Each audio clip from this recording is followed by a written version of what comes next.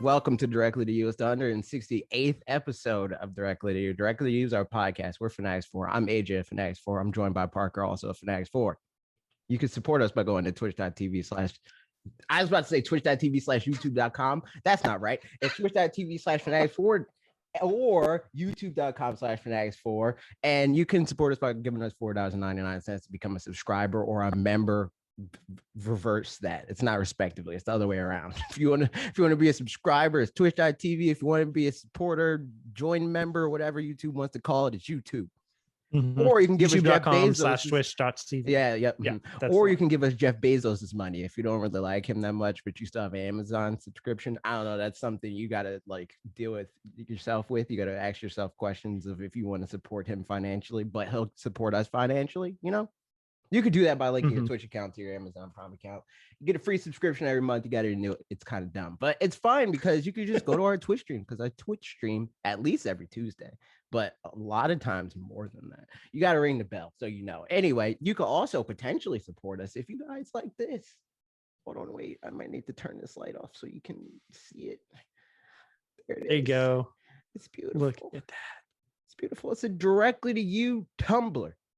Directly to You fanatixfour Tumblr, both. It has the logo too, but it's I was not going to say merch, and then I was going to correct myself and say apparel, but then I was going to say it's not apparel either. It's not apparel, so I don't know what it is. But yeah, if you want that, it's not available for sale, but let us know and we can make it available for sale. Just try to gauge interest. You know what I mean?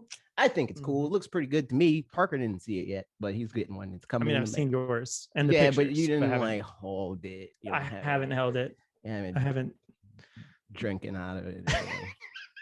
Hey, are you playing video games? Yes, I am.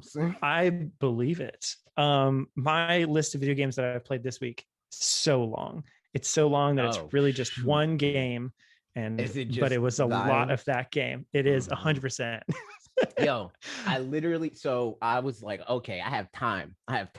So I went in my email, I got the code, I emailed Jack and was like, yo, my bad, didn't have time last week, but I'm gonna give my impressions this week because I have time, kinda, because this email was hours ago. So I downloaded the game, I played the game for like an hour, 2 hours, something like that. I like it, it's fun. At first I didn't like it because I was like, this is kind of annoying, like placing things and all that stuff. And I was like, but wait, after I figured it out, I was like, oh, that's the point. That's the point, that it's annoying. And like, you got to figure out how to do it in the right way. It's like the kind of thing. Space. It maximizes space. And I've realized, so, okay, right now I'm on my second run. And this one so far right now, or last time I checked, I'm number 50 in the world on the Switch, which is actually very good. I'm pretty proud of that. And so I've got like 20. Last week I kind of explained the game, but I'm going to go over the mechanics better now for people because I've played it more. Now that you're top 50 in the world, man, which out of top Islander player. I played it on Ashley's profile for like 20 seconds, just enough to put one building down and see what the low end of the leaderboard is, and the low ends. So maybe they've sold like, I don't know, 12,000 copies of the game or something, which for an indie game, that's great. Nice. Good job.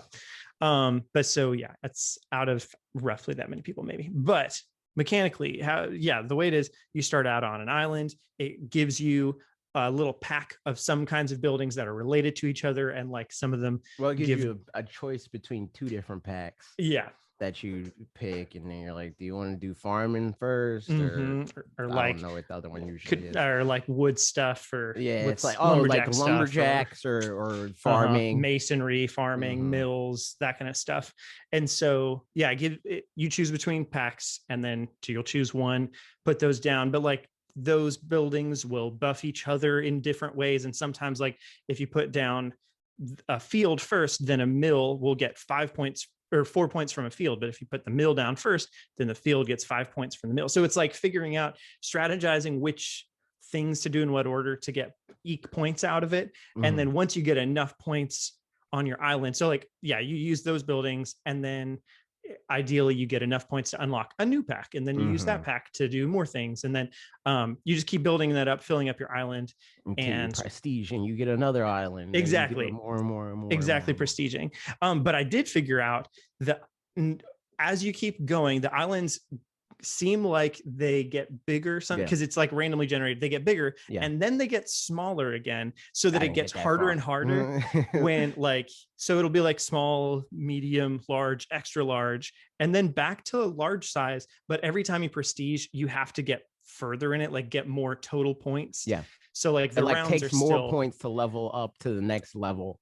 Every time you level up. So like right now, the last island I was on was like, it was still pretty big, but didn't have a ton of like flatlands, but I was able to make some things work with it. And the one that I'm on now, like I think there's no way that I can actually like prestige past this one, because of the things that it's given me so far, the choices I've made with those things, and just like the island layout is just a lot harder and has a lot more water where you have to like put water plateaus out or whatever. So, but it's a really, it's fun to have some moments where you're right at the brink of like barely making it, and but you've saved a space for like this one building. You're like, I know a temple is coming later. Like that's a building that temples are worth minus 75 points, which is a lot of points, but they get like 10 points for each house or mansion around them, or various other things, to where you can make it worth a ton of points depending on how you set it up. But it's such a big building that it's like hard to find the right spot for it.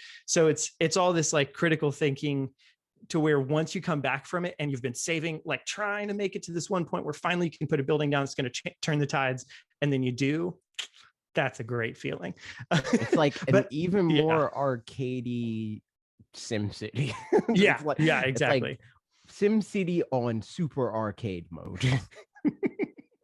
It's great. I'm really enjoying it. Also, like it's definitely done the whole Tetris effect to my brain, where like I'll see things in the real worlds and like see them as like, man, that mill could really use farmland. It's more like stuff like now when I'm driving, like I'm very, very between the lines, like trying to be exactly parallel in my brain. Like I'm not changing the way I'm driving. That's why I'm like, am I going to get for being? So it's been a fun time. Oh yeah, I remember the other thing I was going to say about the like later islands, I'm realizing too, have fewer and fewer have more like curved edges and stuff, to where some of the earlier islands are just like, here's a square area, so you can like really easily parallel and perpendicular everything, so you could be really efficient with your space. But then a later island might have a more like kind of circular thing where it's got weird angles and stuff, and so you need to think about now, like, how do I put two houses next to each other when you can't actually set them right next to each other? One has to overlap a little bit or like jut out, and so it's super fun I like it a lot. So far playing a lot of Islanders. The other thing that took me a little bit to get used to is the controls are kind of weird.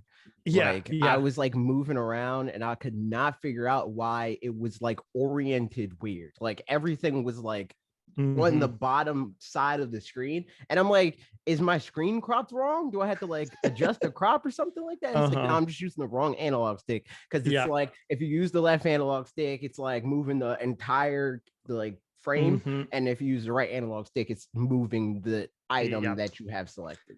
It feels like getting used to a first-person shooter for the first time. In reverse, like it's like the opposite logic, because like in those the right camera controls the camera, and the left controls your movement. So that's what threw me off, because I was assuming that would be the case, but so I'm like, why is it like that? And then once I figured that out, that made it easier to understand that the game is supposed to be like this like Tetris sort of situation. It's not supposed to be able to fit perfectly, in the sense that it's like, this is square, so it'd be better if I turn it 20 degrees this way. It's not supposed to work like that. But once I understood that, it's like, oh, okay, I do have at least this level of control. It feels better to work around that restriction. So be wary of that if your brain works like mine. You're right. There's definitely some getting used to, and even now, like there's some islands that there was one I remember that I had where the middle part of the island was like kind of recessed down, but that was where a gold vein is to where like I wanted to make sure to build things close to that. So I built a lot of things close to it, but the camera viewpoint is just isometric, like, at a whatever 40-degree angle or something, who's to say. And you can't change the angle of the camera, just where the camera is looking. Mm-hmm. And so I couldn't see great into that like recess I had to move the camera a lot to be able to see like the right spot. So there's definitely some islands that like it works out pretty well. You can zoom in pretty well and things, but like depending on the island itself, some of that's a little bit frustrating. Mm-hmm. So mileage may vary as far as that part of it goes, but getting used to it is definitely a thing, like you said. Mm-hmm. Yes.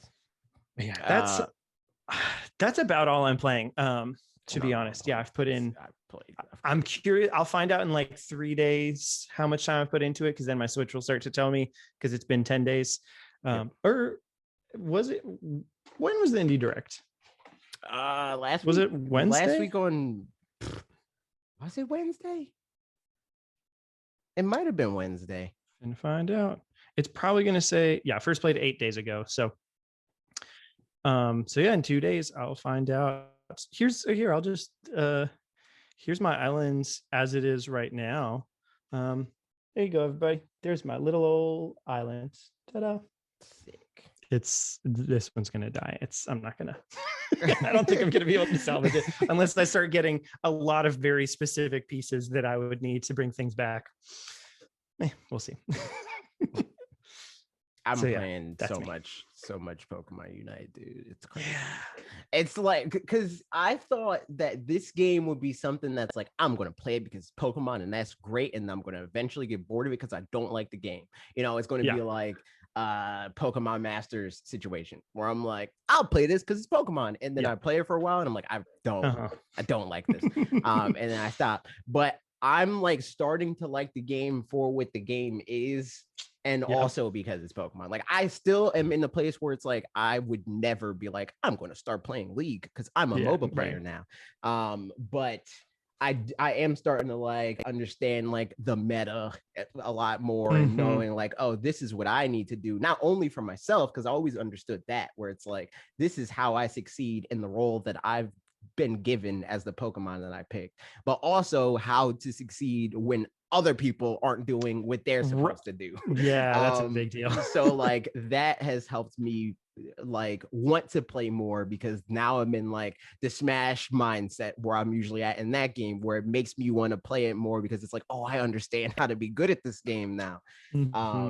Like there's so many times where like I posted on Twitter this, and it happens all the time now, but the first time it happened, and that was like a day or two ago, but I was playing as Cinderace, and I like legitimately carried my team. Like it was to the point where if I wasn't in the game, we would have lost. Like that level of carrying. Not like, oh, we destroyed this team and I had the most points on my team. It's like, no, if I wasn't there, we would have lost.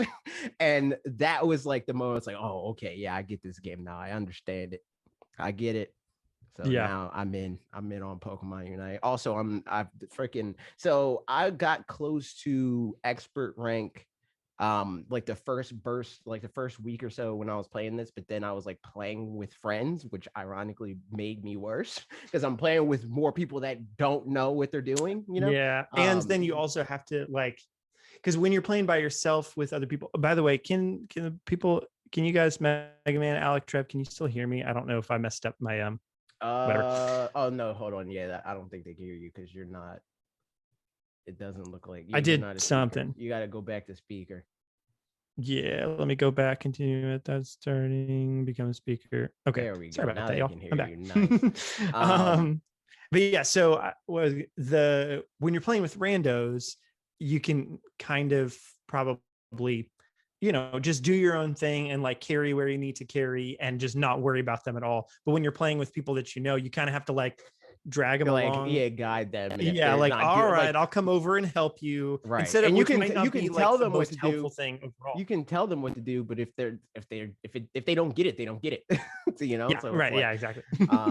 So yeah, and you're just more likely to be at least from what I've seen, you're more likely to be matched with a random person that knows what they're doing than to be able to like play with whoever. Yeah. Yeah, that makes sense. Especially at this point, like, yeah. So that has been my experience so far in this game. I like it. It's fun. Mega Man said, like playing with Mega Man and having to carry him. Yes. Who was when we were playing? No. I forgot who I was playing with. It might have been when I was playing with Sierra and Pete and them, but I don't think so. I think it was the session before that where I was playing with a group of friends and we got like it yeeted my score. Oh, I was playing with Tundix. And before I was like right on the precipice of expert. And then I did a session with him and I got knocked all the way down to beginner. I'm like, oh, beginner? Yes. I was beginner 2 or whatever after that. I was like, yo, this is not cool. Wow. Is there's something between those? It goes beginner and then you have to like prestige like a certain amount of times where it's like you're on beginner and you're beginner level 1 and then you're beginner level 2 and I think beginner level 3 and then it goes into great and then you do great 1, 2, 3, 4 and then you do expert and I think expert might have 5 or 4, one of those. But yeah, I had to freaking climb all the way back up and it was painful. It was not great. Yeah, that feels bad. Yeah. That feels like there should be at least that put a dent in my. Was that multiple games then? Like it was a whole play session. It wasn't just one game. It was like multiple. It was a session. We played for like 2 hours, I want to say, or something like that. Which for that, I mean, for League, I guess 2 hours could theoretically be 2 games. But for Pokemon Unite, that's like that's a whole bunch. It's 10 minutes. So like you're guaranteed unless they surrender or you surrender, which we didn't do that. Well, actually one time, but this was recently. It was like one time I accidentally surrendered because it was another thing of my brain thinking the opposite of what the game wanted me to, because somebody like your team can like suggest nominate that we surrender. It could be like we should surrender. So I press start to vote no, but no is the opposite side of what I thought it would be. Like I thought ZL would be to say no. But ZR is to say no and ZL is to say yes. And I'm like, all right. So I surrendered one time by accident. It was very sad. You're not a real gamer now. That's I know. Probably all of your points. I lost my gamer card at that day, dude. That's why I didn't play Smash as much this week. But I did play Smash because we stream Smash every week. Every week. Nice. So yeah, I did that, and that was fun. So last question on Pokemon Unite. Is there one Pokemon that you would be? What's the Pokemon you'd be most excited to join? Partly mechanically, partly because it's just Pokemon, and you like that Pokemon kind of thing. I mean, I'm hesitant to say because Charizard makes me sad. Like, I wish Charizard was better in this video game. He's not great. I mean, he's okay, I guess, but I'm trying to like carry, like like Charizard is a good cog in the machine if the machine is good. But if I'm on a team that's bad, I don't want to lose because of that. Like, I feel like when that is not an ability, that makes me like the game less. Like Splatoon, for instance, like it's not a thing for me to be able to carry in that game. So that makes me want to play Splatoon less because my team's bad. It's annoying. That's so like Charizard's not really a Pokemon that can do that. Maybe if they added like Sceptile or something, like he could play more like a Cinderace or like Greninja. Where like he can do what he needs to do to play whatever role he needs to. But even though Charizard is a quote all-rounder, he's not great. He's not very good. IMO. But so Sceptile, is that your Sceptile is probably my answer, I guess. But like, all right, there's a lot of different answers that I could say, but it's like pending how they incorporate them into the game. Yeah, we can just say all round bad. Yeah. I mean, I'm just not going to be playing the game regardless. So no specific Pokemon's going to bring me in. But yeah, I feel that. But yeah, what else have you been playing? Did you play? I downloaded the expansion thing for. Oh, nope, not same. I thought you were going to say you downloaded the WarioWare demo. Oh yeah, that too. I haven't played it. I downloaded it, but that's it. I'll bring that up after I say this really fast because I didn't Oh, really play it that long. But I downloaded the Wakanda update for Avengers because that's the reason why I got that video game. So I'm gonna play that. But yeah, I got. Apparently, people seem to be liking that game more now. Like it's one of the live service games that has actually gotten better and that kind of stuff. I don't know. I just know Black Panther's in it, so I was like, yep, I said when they announced the game, I was like, I'll buy the game with Black Panther's in it. Like I don't like, so that's what I did. There you go. Yeah. So yeah, it's gonna be cool. Mm-hmm. But yeah, I did play the WarioWare demo, and it's also cool. And I like. Does it have co-op in the demo? Yes, but it's local co-op, so that didn't help. Cool, perfect. That's during the time that I played it. Like, works for me. yeah, it works for you for sure. But yeah, no, I was like, I guess not paying that much attention to the presentation for this game because I didn't realize that it's like character-based game.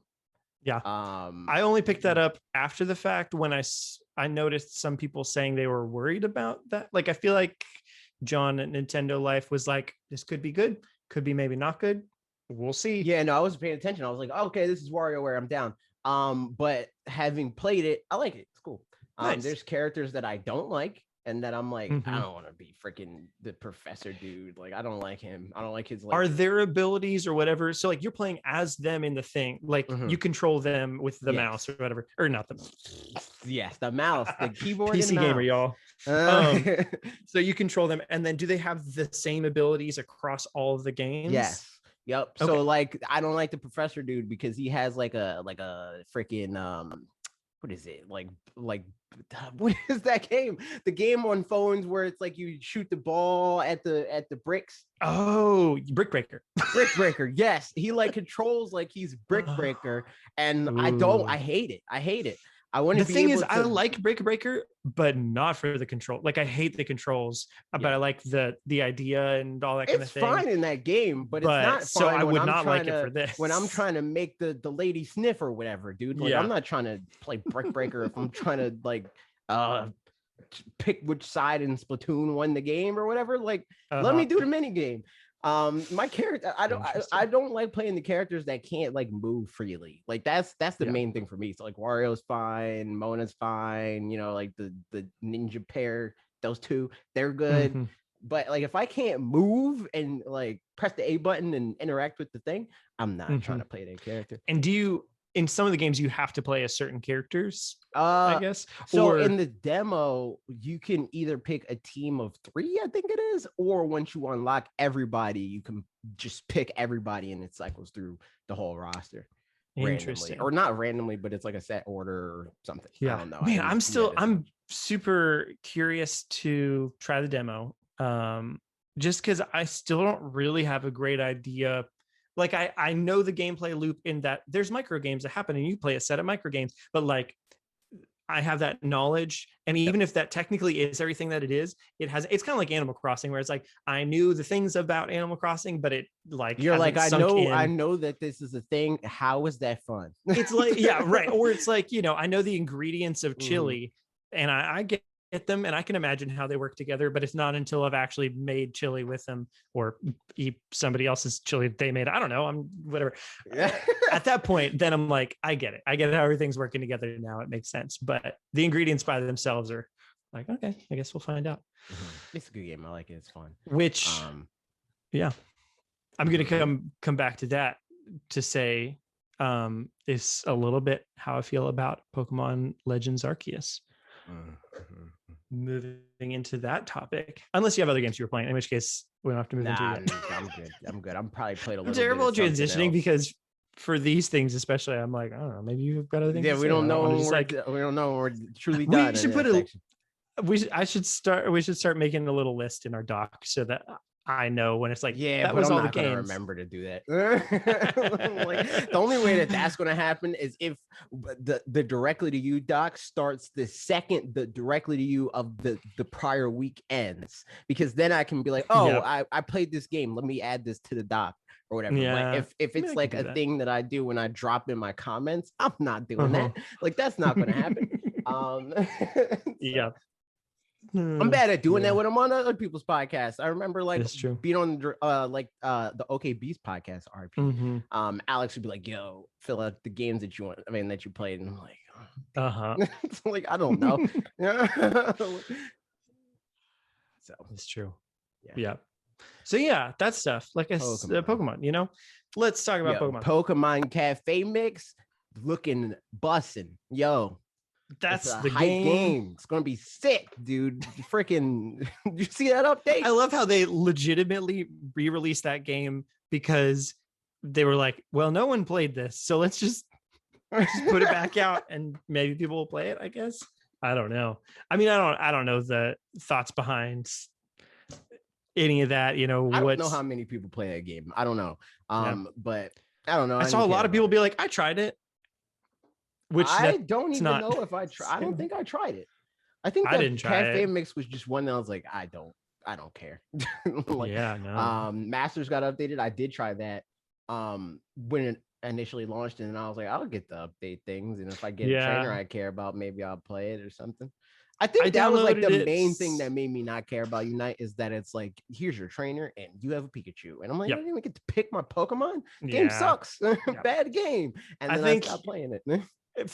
The thing that made me stop playing it most of all actually was I still had my old phone that had like 16 gigs of memory or something. So any games at all was like, I had to be very choosy with games. And that was one where like you download the initial file size and it was like, okay, that's fine. I still have, you know, maybe a gig after this left. And then every time you log in, it's like, do you want to download the next thing? Do you want to download this? I think it was one of those that was like that. And at that point, then it's like, it was like, there's a 2 gigabyte update. Yeah. And I was like, I don't care. I don't like, since I started buying my own phones, I have always bought enough storage that I'm not thinking about storage. Like, I think I'm pretty sure my phone's 128 gigs, and at all times I have at least like 60% of that, so that I just don't care. I'm like, all right, whatever, download the thing. And now that like more and more things is like streaming, because like before, half of my phone storage will probably be like music, but now it doesn't matter because all music's in the cloud. So like I don't gotta install anything. Mine, like getting a 64 gig was like, wow, I've got so much space. And then we brought home a baby. Yeah. And then now like, I mean, I upgraded my Google storage, but like it feels bad, even though the photos are backed up on Google Photos or whatever. It feels bad deleting a picture of my daughter, you know. So I'm gonna have to, but yeah, I don't know. Gotta do it. Also, Inda said Pokemon Cafe DJ Khaled remix. Yeah. But yeah, it's Pokemon Masters. I'm what else? Not gonna play it anymore. But what else? Pokemon Go, some new stuff. Yeah, Pokemon Go. I didn't pay attention to that. I mean, I'm playing Pokemon Go, but Pokemon Go is like, it's something like I'm like, I can do that daily thing. Like, I'm not actively like waiting for new content in Pokemon Go. And here's the thing: at this point in it, I also was reminded, like, the Pokemon Go rollout reminds me of the thing that feels like just off about Pokemon in large part to me, and it's when Pokemon are updates and stuff like it's the way they have to do it. But Pokemon Go, as compared to at least the way it's rolling out right now, Pokemon Legends Arceus, where that game is like, this is the world and that's it. It feels like a one-time set piece of like, here's what it is, and like it's this experience. It feels organic or whatever. Whereas with Pokemon Go, the fact that Pokemon keep coming out in updates, as much as they say, and same with Sword and Shield, as much as they say like, wow, we just discovered this thing, like we know they didn't just discover it. You know, it's like they have to do that business-wise, but it does feel artificial. You know, where it's that's a Pokemon property thing, because they've done, I mean, I feel like they get better at it as time goes on, because they're like, well, we can't act like they didn't know what this Pokemon was, but like in the beginning, it's like, yo, we learned about Pokemon eggs yesterday. Like that's I'm still studying Pokemon X. Like, yo, how has this not been a thing that you guys knew was a thing since before you specifically were born? Like, how's Professor Elm discovering breakthroughs on how Pokemon hatch out of eggs? It's the modern day, dude. We're in at least in the early 2000s in this world. At least they got like teleporters and stuff. Like, come on, dude. But yeah, like Arceus feels like the result of them learning from that, you know? Like now exactly. They can do that whole thing of like, well, obviously Galarian Weezing has always existed. Like just because he just came out in their world, he always existed. So it's victim of circumstance for Pokemon Go, because how else 100%. Are they going to do that within the world of the exactly game? Yeah. And I mean, also, you know, Pokemon Go being a reflection of the pre-existing Pokemon universe and stuff. So it's not that big of a deal in that case, because like, here's just a new way to play Pokemon. So it's not like, you know, it's Pokemon interfacing with my world less so than me interfacing with the Pokemon world. Yeah. So it doesn't feel too bad, you know, but it just reminds me of that thing. But also a lot of that's like kind of self-fulfilling prophecy, where it's because I'm more, you know, like because I follow Pokemon on Twitter, so I know the things that they tweet. Whereas like if I weren't paying attention to it at all, I would just get Sword and Shield and find out about all the things organically within the game, and it would feel a lot more organic. So it's, you know, it's just kind of circular at that point. But you know, nevertheless, I'm excited that Legends Arceus is going to be kind of the opposite side, the flip side of that coin. Yep. So I guess we should probably start with Diamond and Pearl. Diamond and Pearl, yeah, I agree. Those are the less interesting ones. Whatever, they're cool. I'm still mostly in the same place that I was with those games, where it's like, it's Pokemon, I'm gonna play it because it's Pokemon. Cool. I don't feel like how what you said, where it's like, I'm excited to have more like traditional Pokemon where like the story is like that, and it's like you're basically experiencing it as a new game because you didn't really play it. You like get it confused with Gen 3 all the time. Honestly, it's even less of that and more of in the same way that I have, you know, Islanders to play, where it's a little bit of a brain dead game at this point, where it's like, it's an understood formula. If I wanted to do, because there's been a couple of times, especially since watching Metroid Dread do stuff and all that, that I'm like, it would be fun to do a Nuzlocke, but I don't want to do a Sword and Shield Nuzlocke. I don't want to do a Let's Go Nuzlocke, or like just have something to dip into. It's nice to have like the comfort food of kind of classic Pokemon formula to do that with. But it's definitely, at least for me, it's not going to be a mind-blowing experience or anything like that. But just, you know, a nice to have kind of in the background. Yeah. But you don't necessarily even need that. I'm not, I don't like, again, it's Pokemon and that's cool. But apart from that, I don't care about this game.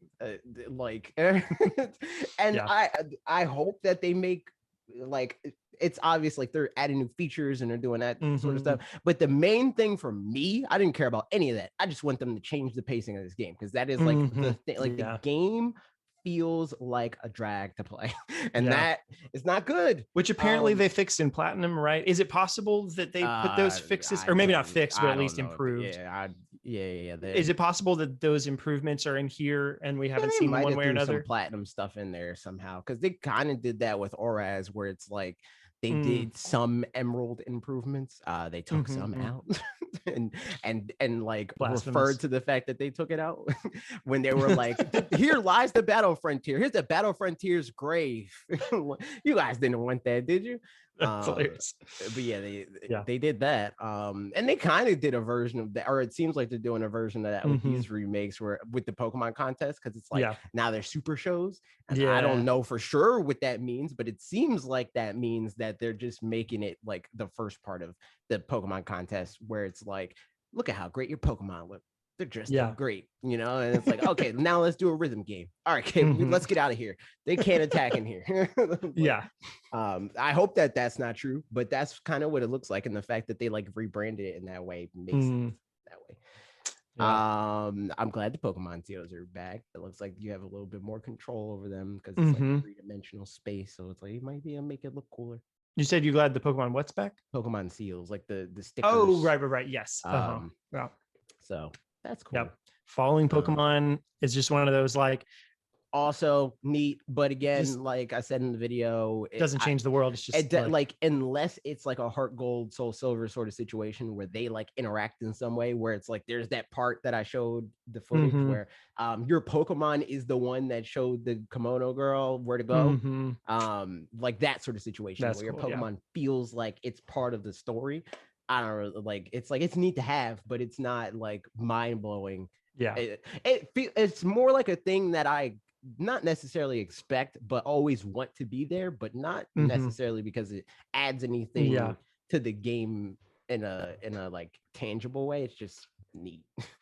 It's, borderline disappointing if it's not there, but also not necessarily like right on the line of like, but not the most exciting thing in the world. For sure. No, I mean, I'm with you. I think that's it's just fun, but like it doesn't change the world. And the first time I feel like it happens, that's in Heart Gold Soul Silver, like that's awesome. But it was sick in Heart Gold Soul Silver. Now that we've seen it before, it's kind of like now that we saw it, it's like okay, do that all the time. And then when they don't, and it's like, well, that sucks. It's not something that feels like an inherent positive. It just feels like something that should always be there. And when it's not, it's kind of sad. Like which I mean sucks for them because like I'm sure it takes a lot of work to do that. Or less so now than then when they were sprite based, but it takes extra effort on their part to incorporate that in the game. So it sucks that it's like the type of feature that doesn't like tangibly like drastically improve anything. It's just something that we kind of expect to be there, but it doesn't really do anything. Right. Yeah. I think, I mean, overall thoughts about this are like, I think it'll be nice to have, but yeah, it's not setting the world on fire or anything. But I think as far as like people being mad about the like chibi art style or any of that kind of stuff, I think it has to be seen in conjunction with Legends Arceus, and that essentially in some ways they probably came to the table and they were like, we need to do a Gen 4 or we're going to do a Gen 4 remake or whatever. And they decided that instead of like doing the big grand thing for the Gen 4 remake, that the two of them are like, they're both the Sinnoh region kind of, and like that essentially all the things that people would have wanted for the remake of this one, probably Game Freak was like, we don't really want to do all that stuff in the remake because we want to do it in a new thing. I don't know, something like that. Like it's more fun to experiment in a side thing. So like this one, if they made this one more like Legends Arceus, then Legends Arceus just may not happen, So I think them being different. This game is that like it's a regular remake. Like I tried to like get at that in the video that I made, where it's like it's just like it's the remake, and that's cool. It's not what we initially thought it would be, where it's like, man, this is literally like just a remake. Like the only thing that they changed is what it looks like, and what it looks like isn't the thing that people want it to look like. But that's the only like quote unquote like sacrifice that they made in this game, is that it doesn't look like Gen 8 does. But in every other way they improved it in the way that they usually improve remakes. And it's, I mean, and that's what I really enjoyed about this trailer, was seeing that like there's other things that are happening. And sure enough, I mean, for both these games that they gave us, this is, Megman was talking about this when he was streaming it as well, like just that, like, maybe it's disappointing that they didn't show some of this stuff earlier, but it seems like, I don't know, Pokemon just keeps doing that, where they'll show kind of the minimal amount so that people could make conclusions either direction. Like, is this exactly the same? Did they make any changes for this one? Or, for Sword and Shield, like, are there Pokemon in the overworld? And then they do it later. But like, that feels like a risky approach where, I mean, they get more people to talk about it. It doesn't make sense for them to do that with something like Brilliant Diamond and Shining Pearl, but it behooves them to do it with Arceus specifically. Because like when you show a game that already looks drastically new, and then it's like, oh, well, it looks like it's missing this, and it might be missing this, and blah blah. And then they're like, nope, it's even better than you thought. That's cool. But when you show something that they already have, like, people already have these expectations for, and you meet most of those expectations, and you come to the door with like, sorry guys, we didn't do the thing that you expected us to do. Yeah, but you really did. And it's kind of like, like the blowout shouldn't have been that. Like, I would have got if we saw all of this stuff except for the underground, because I feel like the underground is like the thing that, like, I brought that up where I was like, yo, they should do the underground, and that should be the Gen 4 wild area. I said that years ago, like before we even got any real inclination of when they were going to release the Gen 4 remakes. It's like the underground is the perfect opportunity for them to do a wild area equivalent. And they're doing that. That would have been the cool thing to like hide. Like, we saw that the underground was a thing. If this was the blowout of them being like, the whole new trailer was about the underground and how that's different, I think that it would have like played a lot better than for them to hide all of the things. yeah. Leave some what's the saying? You'd leave some whatever breadcrumbs. That's the one. Yes. Leave some breadcrumbs. The fact that like there's more I instead get of the making logic. it seem closed off. Yeah, I get the logic, because when you release this trailer and it's like, look at all this stuff that's in the game. That's cool, but most of the stuff was expected. And you withheld that expected thing. So it would be a lot better to be like, here's all the stuff that you expect, it is here, and then here's a plus that you didn't know is going to be here. And I'm sure there's more stuff like that, right? Like, I'm sure that there's like some sort of like platinum episode sort of situation, right? That could also be for a later trailer if they do another one, which I don't really think they need to. But you probably will. You know, like stuff like that could have been in this trailer. They didn't have to hide that much just to be able to like say, here's more stuff in this trailer specifically. Here's a question I've got. Do you think that originally this game was slated for like that, you know, the release dates for when they are, that both of them should have been COVID, you know, it should have been different, where this was a summer game, for example, and that Legend Arceus was a holiday game? I mean, possibly. So, and I wonder, and maybe it would be exactly the same, but like you know, what we've been saying, the like Legends Arceus isn't going to be as big of a world or as long of an experience as we expect it to be, which I think is true. But also, I mean, like, and not compared even to Breath of the Wild, get to that, you know, we'll get to that when we get to the comments, because somebody like the first comment I think I moved it to, they kind of missed the mark on what I was trying to say. Like, I don't think that they are intentionally withholding content. No, right, it's just their first time doing something like this, so they're reconfiguring the content in the same way that they did with Sword and Shield, where it's like Sword and Shield effort-wise, contrary to popular belief, is more effort than they've ever put into a Pokemon game. But it's more stuff that they had to do, you know, like they're working on more than 4 times the resolution that they usually do. You know, like that stuff doesn't just happen overnight. So it's the same thing here, where it's like they can't make a Pokemon game that will effortlessly facilitate 200 plus hours of content. So they're going to go for the like standard like RPG, you know, like high quality RPG with like a lot of set pieces and stuff like that, target of like 30, you know, like 30 so hours, you know, which like, and that's the thing, is like that could easily, I don't think we're seeing, you know, people are talking about Nintendo maybe doesn't have specifically a holiday game, even though the more we're seeing about Metroid Dread, I like it's doing a good job. But you know, that maybe there's not like a big holiday game, but I feel like if this were placed in the holiday slot, then like, even I think our perception of this game wouldn't be like, this game's going to be what a January game is or something like that, you know. But like even if it's a smaller game, it's, I don't know, feels more heavy hitting or something like that, because it's, I mean, this could definitely have like, so you brought up the thing about like, did this maybe get pushed back, and Heart Gold and Soul Silver came out in September. So maybe. We'll see. Also, hi, Sardi. I didn't say hi on air, so I'm saying hi now.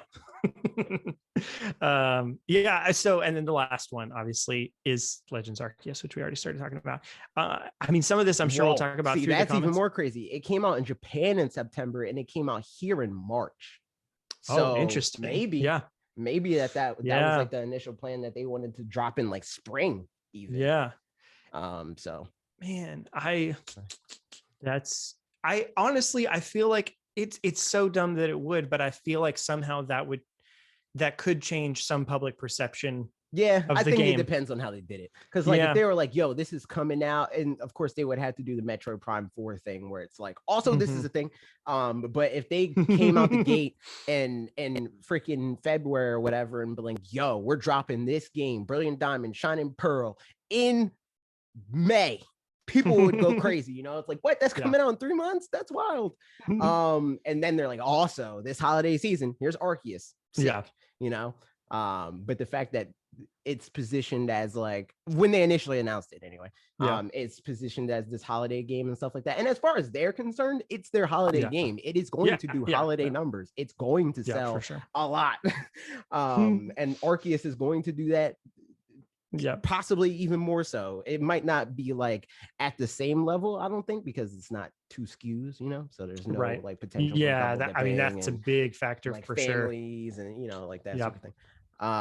So unless they do like the Animal Crossing thing, if they do the Animal Crossing thing where it's like you only have 1 save file per cart for some reason, then maybe families will double dip. But if it's just a regular Switch game, then it's like that will hinder the sales of this game. But I honestly, I mean, the other going to sell a lot. Yeah, it is. The other side of the coin too is that like it being in January may also, because I do think like expectations of this game are going to be just across the or just run the gamut. Like people that are expecting that it's going to not be what it looks like and going to be garbage or something, and other people expecting too much of it and then be disappointed, any of that kind of stuff. So it being a January game again shouldn't, but maybe will help temper some of that to like hone it into being more what, you know, you've been talking about, we've been talking about. But like, as far as thoughts on the game, seeing it, before we get into the comments, it looks like it's going to be a good time. To go back to my comment from earlier about the ingredients and blah, blah, blah, that thing is that what I'm curious about is going to be like the thing with open world games that I was thinking about is, Breath of the Wild, for example, the game, the world is the gameplay, you know? And that's like the exploring and all that. Those are the gameplay elements. And that's the gameplay loop is exploring more and finding more things, interacting with it. And everything else is kind of tools that funnel into that. You know, some story, some of that kind of stuff. Whereas with this, I don't know that the world is going to be, it's like the Pokemon are the core thing. I think the world is absolutely the gameplay. Okay. I hope so. Least, and that's at the least question, in terms of like all the information that we know. Again, like we don't know the story behind this game. You know, like we know that we're Team Galaxy and we know that like our job is to like survey this land and, you know, like figure out all the Pokemon that are on it and like map out what will become Sinnoh. We know that much, and that much confirms to me that the game is about the world. But what we don't know is like, okay, who's the antagonist? What are they going to do with the gameplay there? You know, like we don't know that part of it, and we don't know how much that part of it is going to dictate what we do in the game. Because like if the core of the gameplay is what we know right now, and like, so, okay, say what we know right now and how they're marketing the game currently is the stand-in for the gym challenge, right? Like doing the 8 gyms, blah, blah, blah. And then there's the secondary, here's the, you know, whatever the antagonistic threat is. Then like that, the core of the game is going to be, okay, we're using this world to facilitate your gameplay experience. And then the story is like the secondary thing. It's like completing your Pokedex or whatever. But if there is like for somehow, I don't know how they would do that and how they could hide that for this long. But if there is like some sort of Sun and Moon, like rudimentary gym challenge equivalent, maybe that's different. Maybe the world doesn't matter. Honestly, I feel like they could hide things pretty well trailer wise, only thinking back to Breath of the Wild and the fact that up until launch we didn't know if there was going to be rupees in the game. Like I remember watching the game explain. I feel like that's that's a smaller thing for sure, but like that, it's also that's the whole economy. You know what I mean? Like it's not even. We have the map.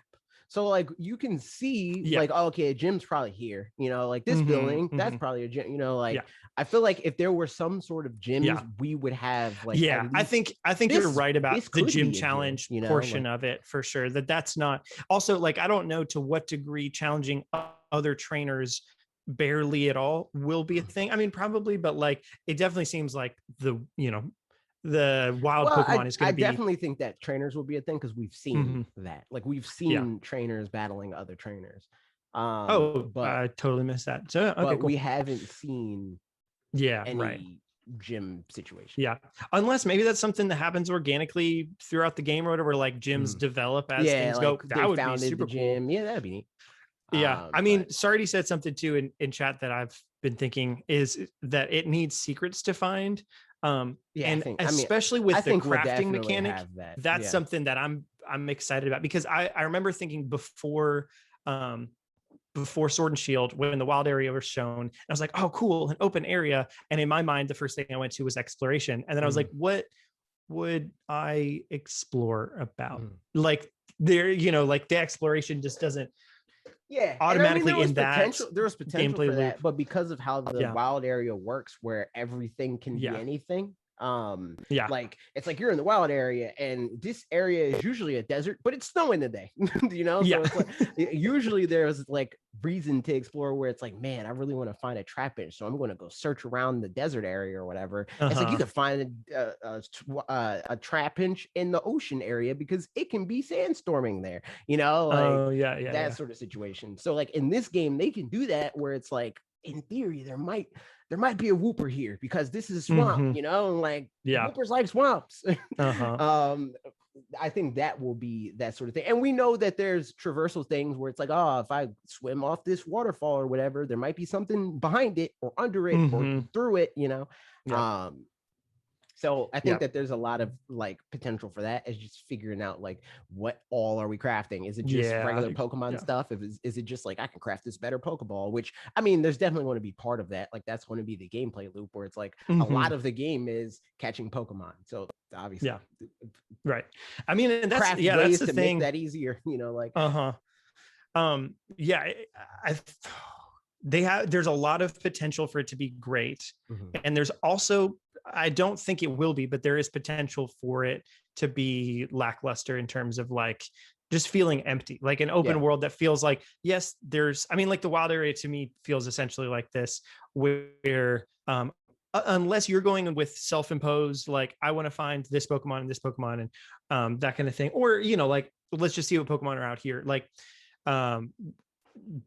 there's not much of a like game incentive to push you in the direction of things being interesting, other than like, it's, you know, there's just Pokemon out there, but it feels empty in that regard. Whereas for this, it feels less like that. It feels like there's special things that happen, encounters, and like you interacting with other Pokemon is more than just them aggroing you a little bit sometimes, you know, where like, I don't know, a Machoke is out there in the wild area and aggroes you. You know, I think that for me, and I think that for the most part, the best case scenario of like what we can realistically expect is that it's going to be a game that is going to have interesting exploration if you're a Pokemon fan. Like it's not going to be super interesting if you're just trying to play an RPG. Like that's not what this game is, and what I think a Pokemon game will ever try to be is like, we want to be an RPG, you know, like we're trying to like appeal to any RPG fan. It's like, we want to be the best Pokemon game that we can be. How do we do that? How do we like encourage exploration for a Pokemon fan? So with that in mind, I think it is going to be a lot of stuff like that, where it's like different Pokemon that you can only find here that can only get this certain type of attack, or like it looks like this, and or items that help you like get further in the game and stuff like that, or even like visual things like Pokemon Snap level, like, oh, it's the Doug Trio Mountain or whatever, right? Like that sort of stuff. But I don't think it's going to be a Breath of the Wild situation where it's like, yo, it's this random dragon. I never would have thought that. You know, it's going to be a lot of like lore and like referential Pokemon things. So like, if you're not into that, it's not. I think as long as that's, you know, so like, I don't know, put in the game well, implemented in the game well, where if the lore comes from a character or from a quest or something like that, that's way more interesting. And you're like, oh, I'm part of building up this lore kind of stuff. And those kinds of things, like you said, the Doug Trio Mountain, something about that feels like a little more intertwined than, going into a library, clicking on a book, and there's a lore book that's like, and back in the beginning, like that's no fun. Exactly. So like it feels like that should be what we're doing, is like we're just quests in, and for what it's worth, there's a lot of stuff like that in Sinnoh, like the Canalave library and all that stuff. Like, there's a lot of stuff that they can inject in that way. So like that's another thing. Like this is the perfect region for them to pick to do something like that, because it's like the first time that they've ever like expressly given you a mandatory lore dump where it's like this part of the game is to give you 10 minutes of lore, like that sort of situation, where it's not just from you seeking it out, it's part of the story. So a lot, maybe they'll show and not tell a lot of the stuff that we already kind of know about the history of Sinnoh, and that would be super cool. I'd be really into that. I've got more thoughts, and I know you do too. So let's get into the comments, and then I think it'll just come out organically from there. So first one, Hedex Maro, a very long comment. Here we go. It'll be great.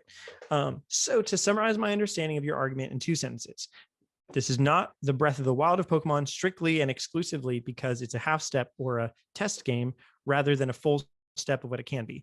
This is a sugar-coated way of saying it can be more and it can be better, but it's not. No. And then said, am I reading this right? If not, please correct me on what the game itself is missing beyond just quality and content. No, it's not about what the game is. It's about what the game is trying to be. That this isn't me saying that it's like, oh, this isn't enough to be Breath of the Wild. It's no, this is them clearly, like, they're not trying to be Breath of the Wild. They're trying to test and see, like, what if we change this? And what if we change this? And the same way that Skyward Sword is a much more traditional game. It's not Breath of the Wild, but there's a lot of things that Skyward Sword did that's like, this is very unlike traditional Zelda game, and traditional Zelda fans might not like this part about it, but it's something that they fleshed out and made better in Breath of the Wild that made Breath of the Wild what it is. And I think that is going to be a lot of the stuff that is being done with this game, and that we'll find with this game, where traditional Pokemon fans that are super by the books, the same people that were screaming at me in the comments when I'm like, yo, we should do overworld Pokemon forever, forget that wild grass stuff. The same people that were uncomfortable and angry about that, but now it's like this core thing that they put in every game, including now in the remake. I think there's going to be a lot of stuff like that, where as Pokemon fans that play Pokemon games because they're Pokemon games and that's the gameplay loop and stuff like that, which I think is like the minority of Pokemon fans, to be fair, is like people that's like, I play Pokemon because it's a Pokemon game, like this isn't a Pokemon game, it's a game of Pokemon, that type of that crowd. I think that those people are in the minority, but I think that this is the type of game that will make those people uncomfortable.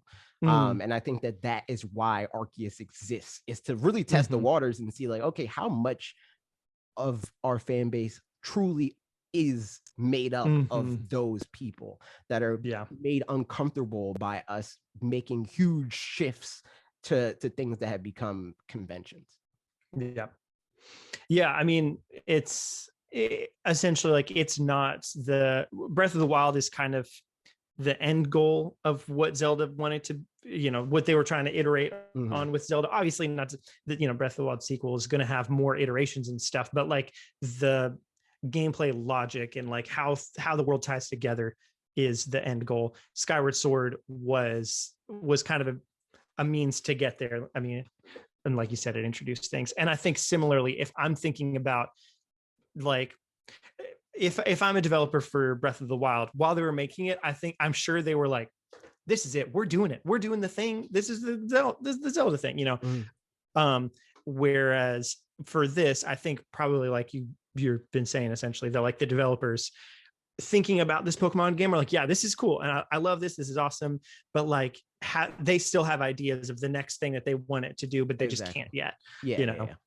And I think that this is like, it's It's more so this is what the game will mean in the grand scheme of things. Exactly. Retrospectively, not so much what Pokemon Company is saying to Game Freak. Make the Skyward Sword. They're not saying that. They may very well feel like they're making the Breath of the Wild Pokemon. But what I'm saying is that in practice, it's not going to turn out to be that. When we look back on this game 10 years from now, it's going to be like, oh, okay, this is the point where everything changed, but not as much as it needed to. And that is what Skyward Sword was to Breath of the Wild. And having looked back on Skyward Sword 10 years past, that's what it is. It's like when Skyward Sword came out, it's like, this isn't a Zelda game. They changed too much, blah, blah, blah. And people hated that game. But now it's like, oh, shoot, there's so much stuff that this game did that we wouldn't have in Breath of the Wild if it didn't do it first. Right. And I think that is what's going to happen with this game. I don't know if people are going to hate it. It's funny, even down to like sound effects and stuff like that, like playing Skyward Sword. I'm like, oh, that's the sound from Breath of the Wild. Oh, that's the sound from Breath of the Wild. Like just little things that, it's, I mean, and big things too, like collecting things to be able to upgrade gear, to be able to, that kind of stuff is very, very much a stamina system, obviously, sailcloth. Yeah. I mean, I guess sailcloth was also in Wind Waker before that time, whatever. And also motion is another thing true. That did not go anywhere in Breath of the Wild, and arguably it's like it plays a more core part in a lot of ways in Breath of the Wild than it did in Skyward Sword. Where there's stuff like the shrines and like your arrow by default is by motion, that's true, and stuff like that. Like there's a lot of stuff that they were like testing the waters on with Skyward Sword, and they're like, all right, let's tweak this and make it better. And Breath of the Wild. I think that's going to happen with this game. But we can finish the comment. So because if I am reading this right, I think you're properly mislabeling what Skyward Sword represents for Zelda games. It doesn't represent the lesser Breath of the Wild, not a half step, my own wording. It introduced some few select mechanics that are found in Breath of the Wild, keyword being select, true, but was still a more traditional Zelda game. It was Breath of the Wild that changed the formula, not Skyward Sword. A more accurate version for a Skyward Sword of Pokemon would be Sword and Shield, where it was still hand-holdy for new audience members, much like Skyward Sword was when that came out. Was a traditional game for the franchise, but added new mechanics that would be used in the later title, but to a much more extreme extent, the Wilds. And on top of that, wasn't that well received because of all the previously mentioned details. I'm going to stop real quick now and say, also doesn't necessarily mean like, I don't think there has to be one Skyward Sword. Exactly. Like, I think that's entirely true. Right. All those things are true. Yeah. And see, but that's the thing. I said the same thing about Sword and Shield. I've been saying this for all this stuff. Like if you want to know my thoughts on the Pokemon franchise, all this stuff is documented, dude. Like I said exactly that. They're taking baby steps, and it's not a negative thing. That's not me saying like Pokemon Company's not doing enough. It's like, y'all, these games are doing what you want. They're just doing it at a pace that makes sense for them. Like these games are becoming what you want. And in reality, faster than Zelda did, because Pokemon is a 25-year-old franchise. It took Skyward Sword 20 years to be Skyward Sword, and now almost 30 years down the line, we got Breath of the Wild.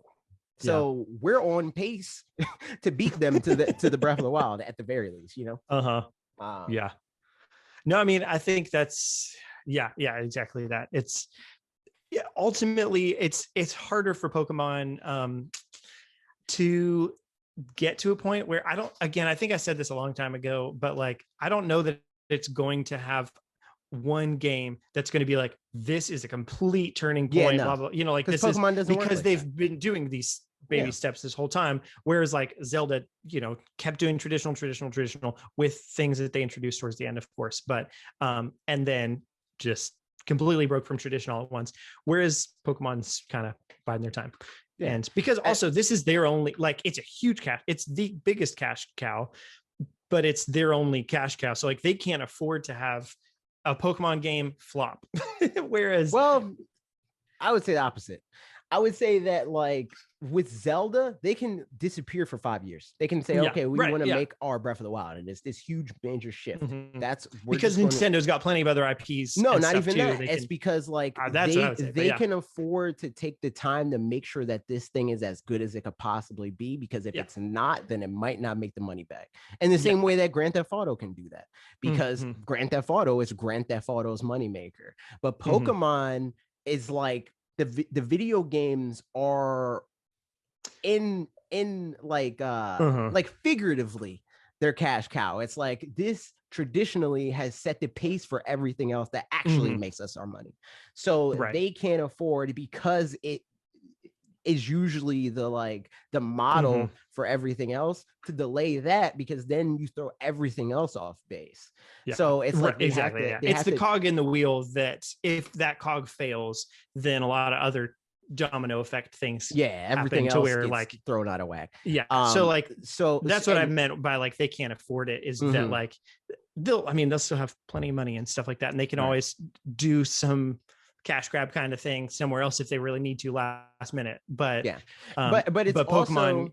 Also, the other thing that I'm trying to get at is like they could justify that if the Pokemon games actually were the cash cow. Like if Pokemon games made the most of their money, like directly, like if Pokemon games sale was most of their money, they would say like, okay, let's make this a game that is Game of the Year worthy, and it's going to be like Breath of the Wild level seller, and it's going or even like an Animal Crossing, like that sort of situation where it's going to sell 30 million plus units or whatever. Like that's worth them delaying it and saying, like, let's take 3, 4, 5 years to make this video game.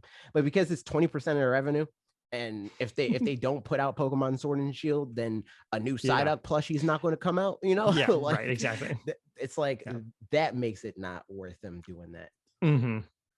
But because like they're slowly increasing the piece of the pie that the Pokemon games occupy, they are progressively trying to move it forward. Because before it was like the progress of Pokemon games can kind of be traced to how successful the prior game was.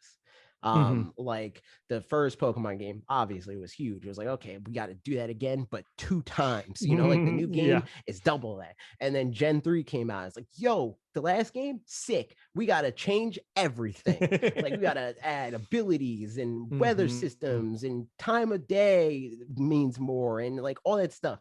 And then Gen 4 came out, and it's like, let's add Wi-Fi.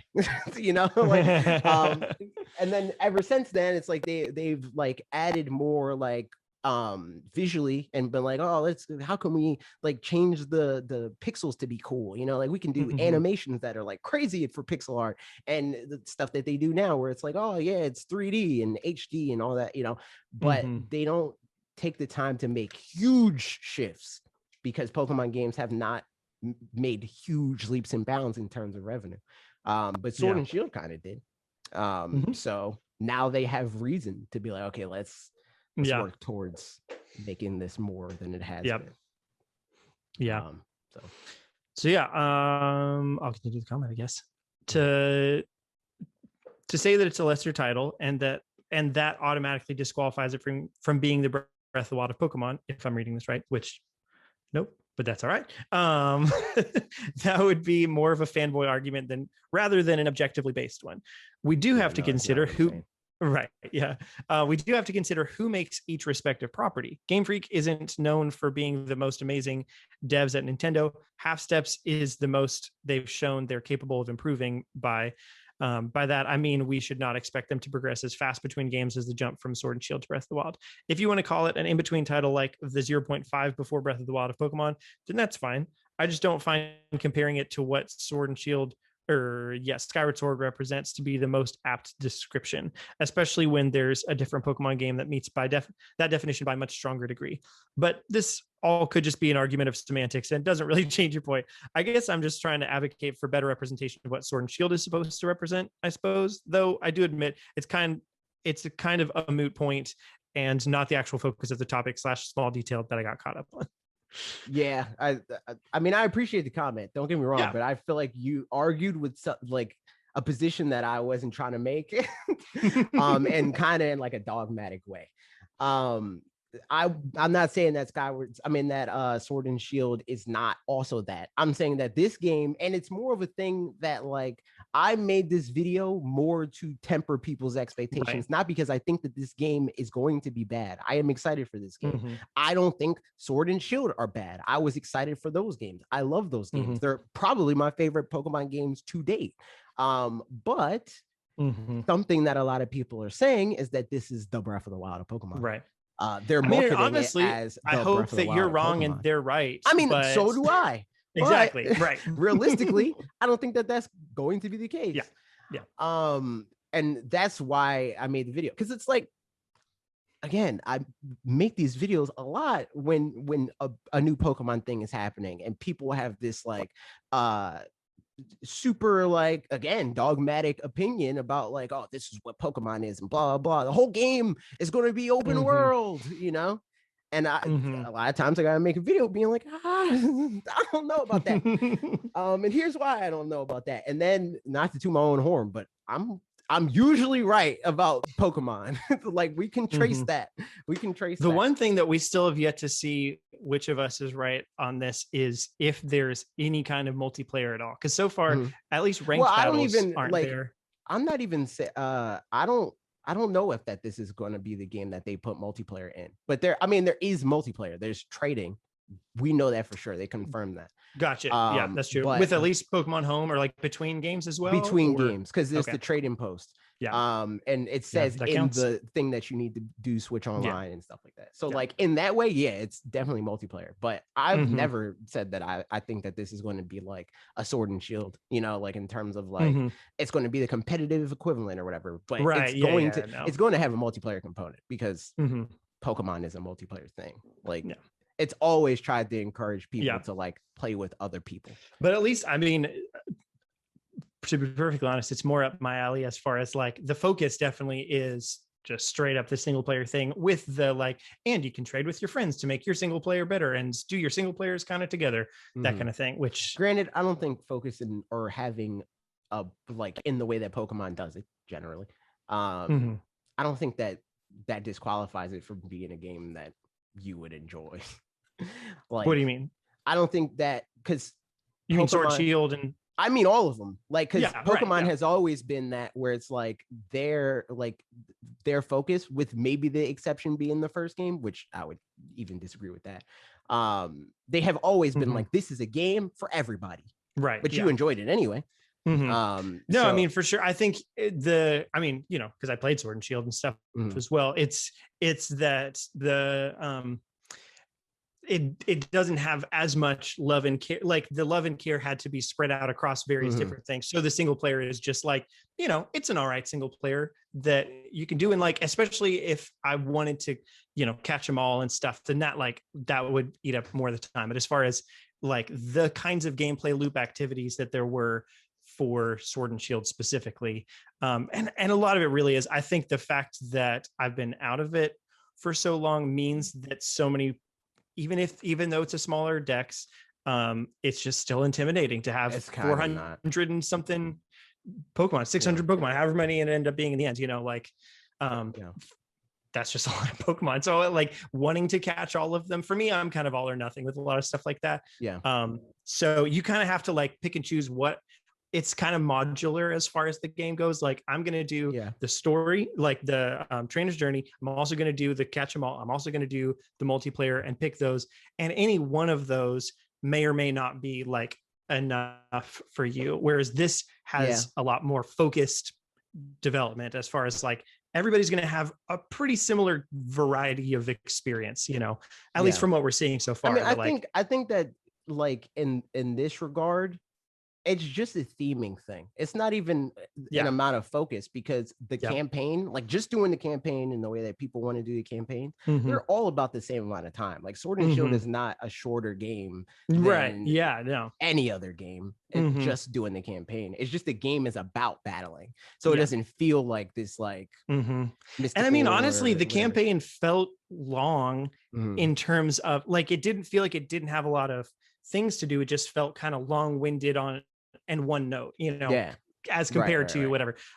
So that's the thing, is like it, it wasn't particularly, I don't know. It's nitpicking at this point, but I mean, I really liked Sword and Shield. Like I thought it was fun, but it's not, the dream Pokemon game. All I'm saying is I don't think that it was closer to that. I don't think that was so much a thing of like them putting too many eggs in the basket that you're not interested in. Right. It's just the theming was something that you're not interested in. Right. Because like their play with that game wasn't to be like, this game is about, the multiplayer. It's this game is a single player game, but we're trying to encourage you to get into the multiplayer. It's like it was an ad basically. So like this is the Pokemon world, battling, competing, Pokemon challenges and stuff, right? Yeah. Whereas other games were, there's still that, but it wasn't an ad for that. It's like we're going to mask that part of it and in a better patch or whatever. And this game is just all patch in the same, or at least from what we see. I don't know. I feel like there's probably still going to be a battle component because pretty much every Pokemon game, RPG or otherwise, has a battle component with multiplayer. But it's definitely not going to, they're not going to like do the Pokemon World Cup on Pokemon Legends Arceus.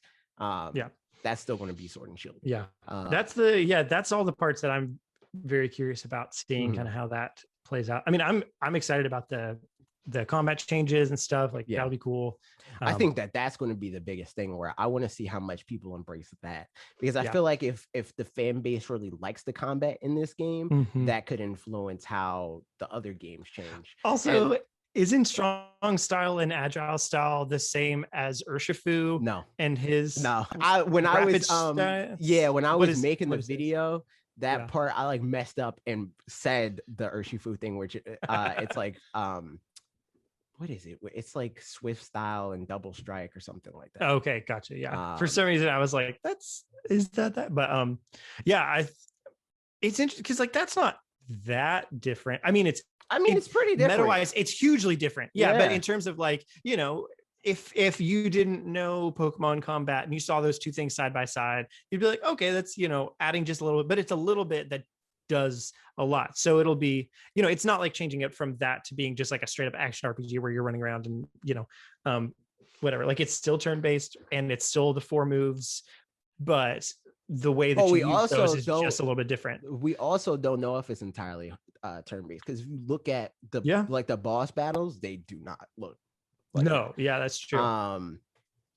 At all. I think that there's a lot of things about, and again, like for me, my main thing is like I've always just wanted more agency. Like I don't really care if it's turn-based as long as I feel like there's agency. I'm not just pressing a thing on a menu, it's not menu scrolling simulator. And as long as that's a thing, cool. But speaking of cool said, everyone, I think popular opinion, AJ, allow me to explain why you're wrong.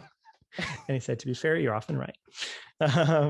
So the comment says, now that I've played Platinum, I'm a lot more excited for Arceus because Sinnoh. It actually looks really good. Not visually, though. I'm not one to care about graphics or frames at all, but it feels like the game is coming out too early. They're trying something new, and I appreciate that, so I hope they're taking their time. I think maybe it'd be better if it releases in March and they have more time to touch some things up. Regardless, I'm on the hype train. I don't expect new gens to be in games like this, like some people are predicting. They'll definitely play it safe for those, but I hope they keep releasing stuff like Arceus. I don't care about the graphics. I know. I mean, the thing too is like if the grass doesn't look great, but it means that there's the exact amount of Pokemon they want in an area as possible. Like I would, I'd take those for sure. And there's aspects of it that look really nice, and others that are kind of janky. So like, Also, I don't think even if they took another month, like first of all, I don't think another month is enough time to do the type of polishing that people want, or 2 even. And also, I don't think that Pokemon Company and Game Freak would be like, you know what, let's take 2 months to make the graphics look better. They would be like, let's take 2 more months to like, flesh out the story a little bit more, or, like balance the how the attacks are, or, like that sort of thing. Like their priorities are very clearly not graphical fidelity. So like and when you take more time, you're going to take that time to do the thing that you prioritize better. No, for sure. Yeah, I mean, I think it looks pretty good for what it is. I guess we'll see when it comes out, as long as it runs smoothly. And like when I say that, again, my standards are pretty low, but as long as it runs not like janky, then that, as long as the performance of the good. game does not make me lose the game, I don't care. Yes, right. Lose the game, or like, feel. The thing I am excited about this is it will hopefully feel a little bit more like I'm in the Pokemon like world. Immersive, if the performance of the game takes me out of that too much, then I could see that being frustrating. But the one thing I did think about earlier too was like in the real Pokemon world that really exists in the multiverse out there, running into a Pokemon at all in the wild feels like it would be like, oh wow, there's a Caterpie. Like that's a cool thing for the most part. Maybe not. Maybe it would be pretty out there, but that's like one of those things. Like, I mean, yes, true, but like in the same way that like if I see just a bird next to my car, I'm like, oh look, it's a bird, and just any animal at all in the wild is like just fun to see. Right, but whereas then you have people where it's like people aren't walking in New York and be like, "Oh shoot, it's a pigeon," like There's definitely areas where there's more and less of that. So like we must have talked about this before because that feels familiar. But that's a mechanic that I don't know will ever be able to be replicated well in a game, because it's not going to be, if you go into an area and there's just no Pokemon, that's not really that fun. So like there's way more Pokemon just roaming around than feels realistic, but like who cares? It is what it is, as long as it feels still exciting to see certain Pokemon and they have that element with some kinds, which they always do. So as long as that's there, then I'm happy. That is a bug, Parker. Ew. Yo. Seeing a Caterpie in real life would be wild. That's nasty. Yeah. I don't know, it'd be fun. I still remember my friend Basil, when I was 7. Oh yeah, I remember this story. Would just straight up tell me that he saw real life Pokemon, and I was like, "Wow, that's cool." Lies. No, it wasn't Basil. It was my other compulsive liar friend, Craig. That's crazy. Yeah, that's crazy. That you're like my other friend. I mean, also when I say friends, yeah, Basil, that kid, very like not friends. That was the one. Caterpie is a foot tall. That's nasty. That is nasty. Also on average, so like there's probably a lot of freaking big old Caterpies. Yeah. Continuing on with the comments. 2 feet and 4 inches. Yeah, that's too much. I'm mad about just like a spider. Yes. Yeah, I mean, if I saw a Spinarak out in the world and I didn't think of it as like, oh, a Spinarak, that's cute, or an Ariados or whatever, and thought of it more like that's the biggest spider I've seen in my universe, I would not be thrilled. Let me see how big Joltik is, because I feel like even Joltik is too big for a real life spider. Like he's small. Well, Joltik's supposed to be a tick, so like for a tick to be, well, yeah, even that. He's 6 inches long or something. He's 4 inches. Yeah, it's too big. Oof, no, I'm not about that life. Yeah. Big. I mean, for a Pokemon, you can't have like a Pokemon, a tiny little something, but what is the smallest Pokemon? Probably Joltik. Smallest Pokemon. We finna find out. Baby. Yeah. Apparently. 4 inches. It's also 4 inches. Nah, that's kind of Joltik's nice. So yeah, there's that. Continuing right along, Pat Green said, "I'm excited but afraid." Sword and Shield had specific things that looked better in a preview than in practice. Little things like an encounter while surfing having a land battle backdrop, or how some big clashes happen totally off screen. I don't know. There's other little things that felt cheap too. I hope that Legends is polished. Also, as you said, there's a lot of lore / narrative potential here, and I hope they take advantage of it. Yeah. Yep. Yeah. Yeah. I'm feeling a lot of the same way, that like, I'm, hesitantly excited. Yeah. I'm not really afraid. I think that this is going to be cool. Especially because where I'm at is like, this is them experimenting. Like, yeah. This doesn't feel like them being like, this is the Pokemon game that you need to sit with for the generation. It's like, yo, here's some ideas. If you like it, we'll do more and like polish it up and make it better and stuff like that. If not, we'll never do it again. That's what this game feels like. Yeah, I'm down because I've wanted them to try new things for 20 years. True. Ethan Kim said, I've been excited since day one for Legends, so it's refreshing to finally see someone else just be excited for Pokemon. Getting really tired of all the Pokemon graphics bad Debbie Downers on Twitter and YouTube. I've noticed way too many people complaining about the look of Legends, which is baffling to me because I think it looks gorgeous. We're in an era where people bash on far more things because it's Pokemon. I doubt this many people would be complaining if the player character was replaced with Link and he was catching Koroks or something. Yeah, I mean, there's definitely a lot of that. I feel like, but a lot of it is like misplaced nerddom of like them being like, I heard a stat that Pokemon Company is worth X, but then they don't completely dive into what that means. Like I find a lot of people run into the trap of like making the wrong argument.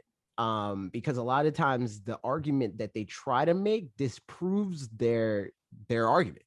Where they're like, Pokemon should do this because if they did this, they would make way more money. And it's like, no, if you're using stats that you're trying to use, it proves that they're doing what they need to do. It proves that the return on investment isn't like, they're not going to sell that many more games because the game looks even 7 times better or whatever. The game's going to sell like an extra couple million copies, maybe at that, but and even if it does that, will it be their breadwinner? Like you got to think like, okay, how much money is this going to cost us relative to the amount of money that our other like verticals cost us, and how much do they make us? So like that whole thing. It's like, do we want to put like if $100 million into making this game, or would we rather put the extra $20 million into making plush or whatever, like Yeah, for sure. I think Pokemon gets dunked on more than it needs to be, for sure. Yeah, these days, and it's bad faith arguments. It's like, if you want to argue business and marketing and sales, do that. But don't come at it from the whole thing of like, it will make way more money if blah blah blah. It's like, no, like you can make an argument that Pokemon should improve without being like pretentious about it, right?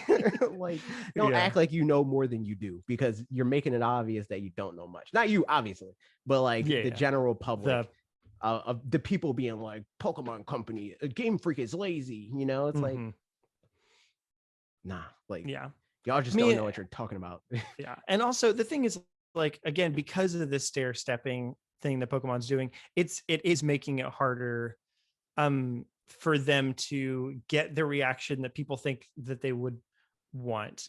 Because like, imagine this game, but instead exactly this game, but it was shown the first trailer at the same time in E3 2017, where Ishihara came out and was like, we're working on Pokemon games, or even before Sword and Shield, or instead of Let's Go or something like just towards the beginning of Switch lifespan, like people would be going nuts for exactly this thing.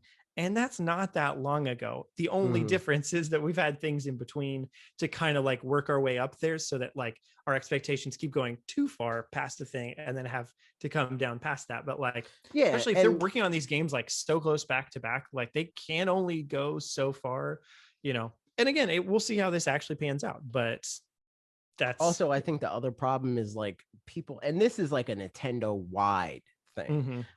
People like to attribute the advancements of other companies to every company, where they're like, yo, look at Horizon Zero Dawn. How come Mario Odyssey doesn't look like that? It's like, what? What are you talking about?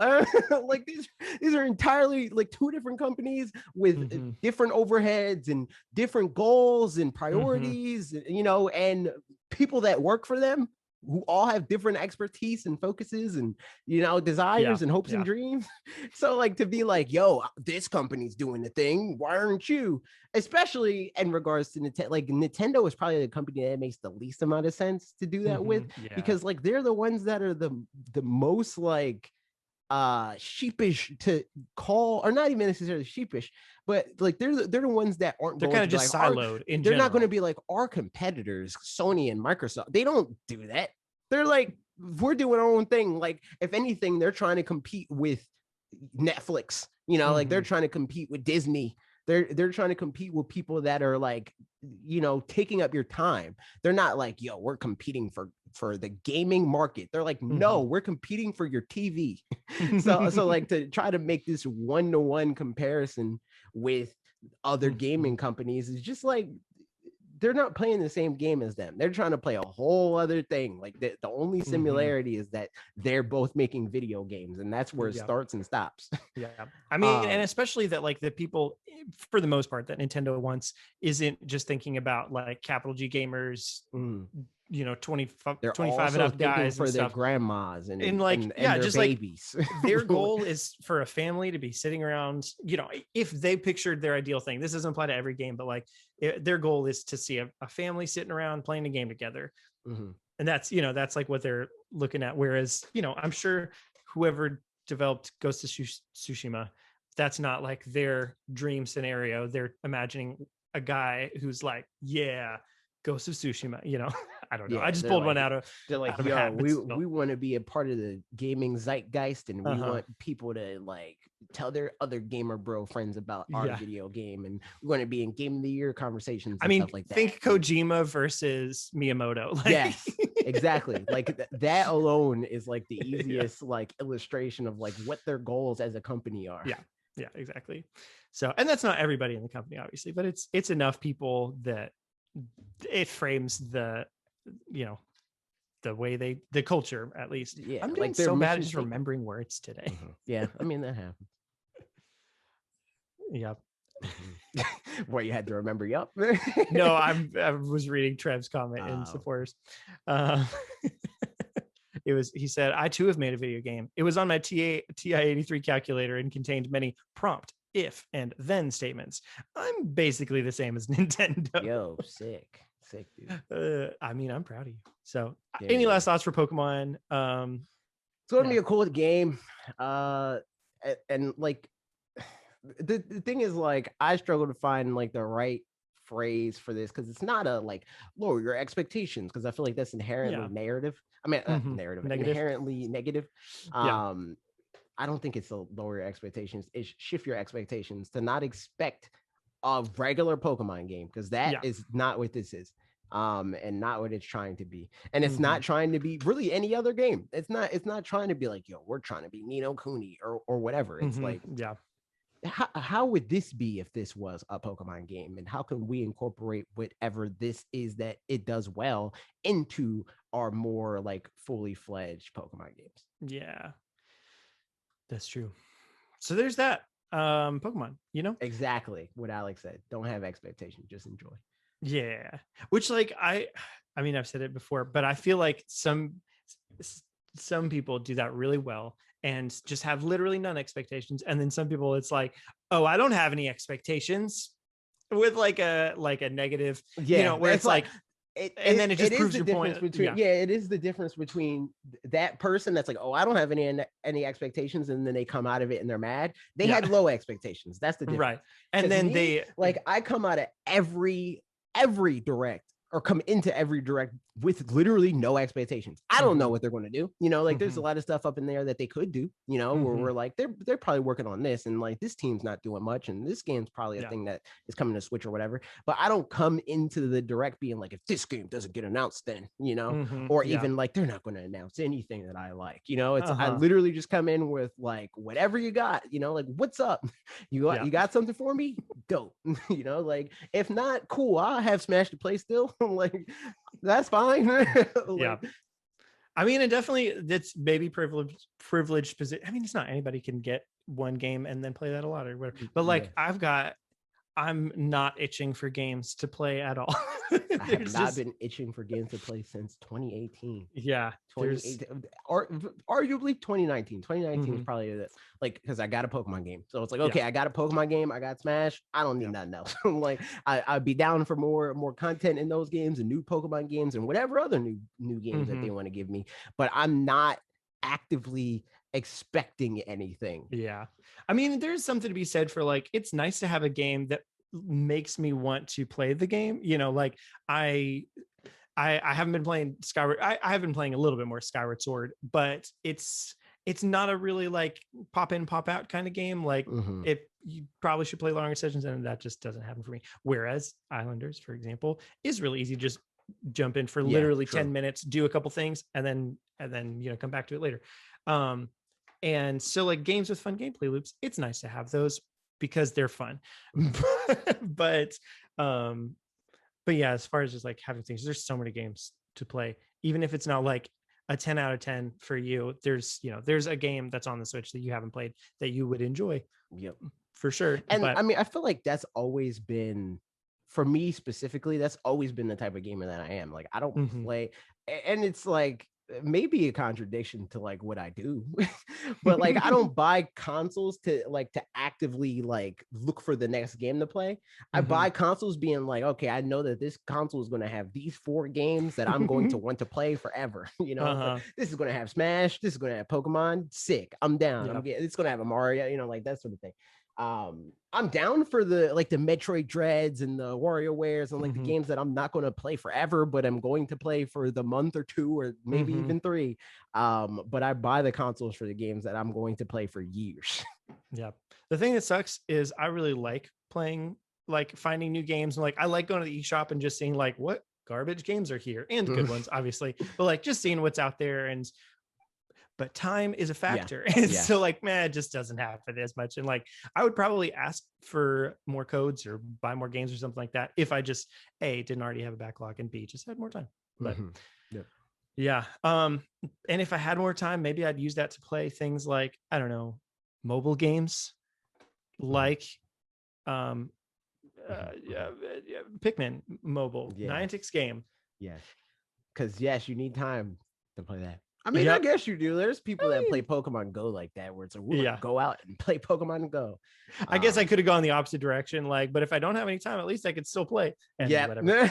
Either way, it's true. A game you could play eventually. So I don't know if these were leaked or what happened with these, but I'm sharing my screen. So if you're listening, there's something on screen that you'd be able to look at if you wanted to see it on YouTube, or just look it up. But yeah, it looks like there's a big old flower. People are growing a flower here. I mean, obviously the flowers are the same places as Pokestops. So you could just go to a Pokestop and then just like switch between the 2 apps. Games. Like if you have an Niantic, if you play Ingress, if you play Pokemon Go, just Hogwarts Legacy or whatever. I forgot that game existed. Yeah. That's crazy because I remembered Ingress, but not the not the freaking Harry Potter video game. Yeah. But yeah, no. I mean, it's Pokemon Go with Pikmin. Seems like it. About what I expected. Like, I don't know what things they're doing with some of this, but they're doing something. Some of these that one's got a little fish hook on his head, and that Pikmin's got an acorn. That one's got half a banana and a detector. So I don't know.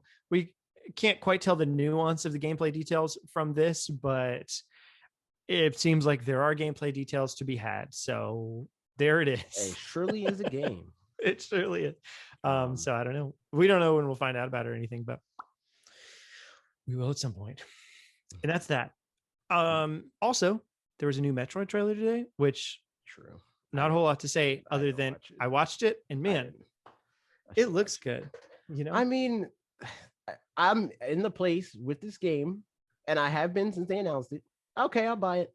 I don't need to see more. I don't. Yeah, I'm hesitant to watch more stuff because like I don't know a lot about the lore, and I almost feel like I'd rather not know much about the lore and find it out through the game.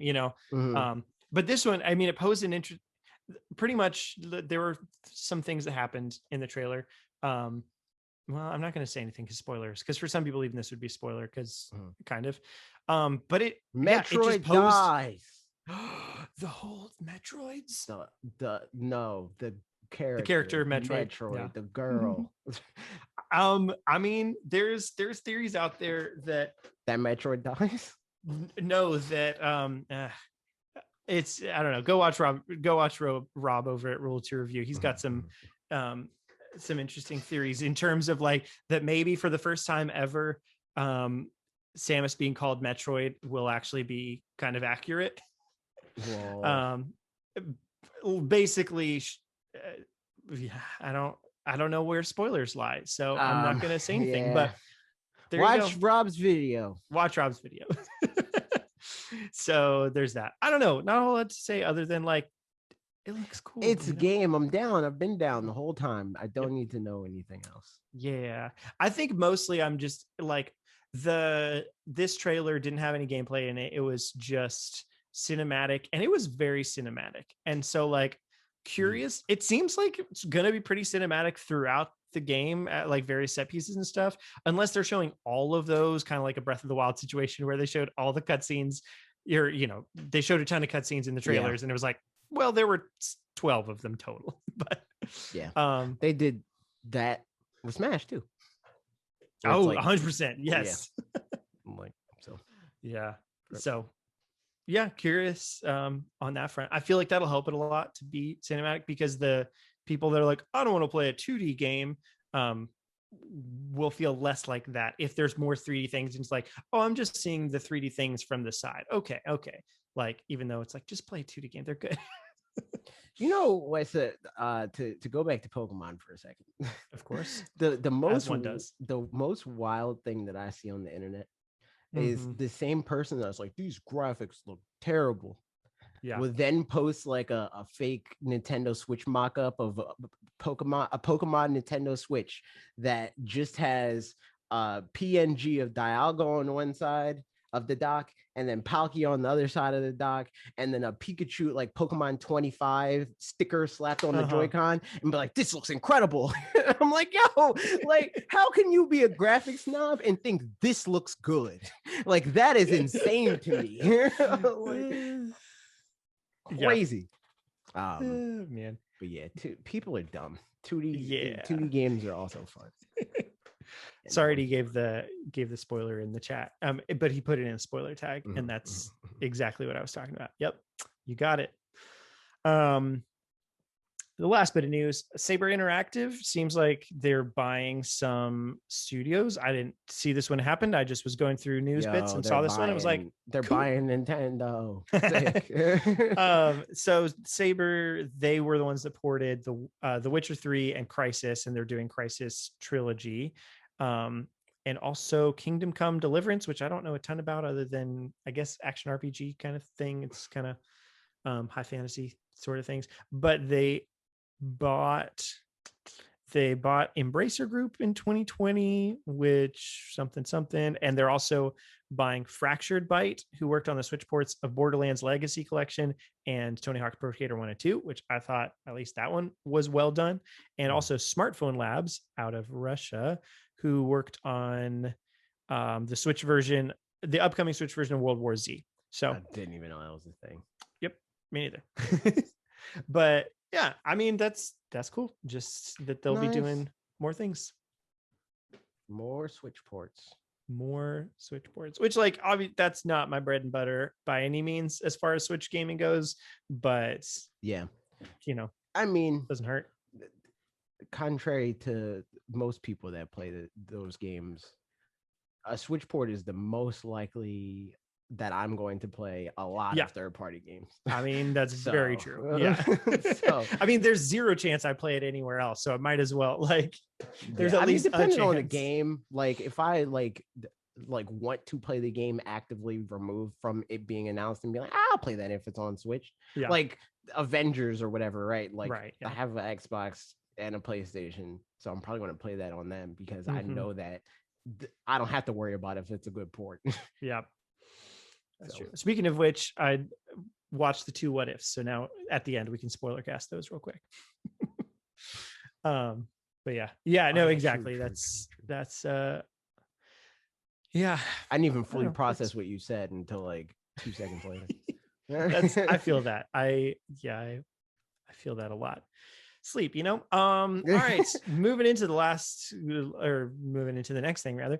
I made a video / we made a video that worked out well for me. Hopefully all right for you too. I don't know. Yeah, it was fine. I mean, literally the only thing that was like what I did not expect is I told you I went over to watch my niece's But my sister was supposed to drop me off, and she couldn't drop me off, so I had to get an Uber, and that took longer than I expected because I wanted to like I wanted to like go to her house, watch the children wake up at like 8, 9, come back home. But my sister was like, "Oh, I might be able to take home," and then she was like, "Oh, I can't take you home." It was like noon, so I didn't start editing your video until noon. Wow. But well, you did a good job. Thank you.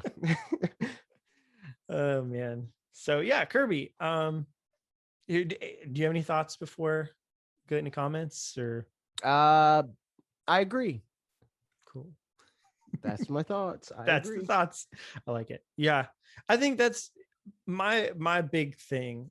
Really, is the copy abilities just like feel like they have a lot more potential to do just more things, you know? And like right now, I feel like it's the idea behind it is more like, oh, let's, just you get to do some copy abilities every once in a while. Like that's a fun little thing.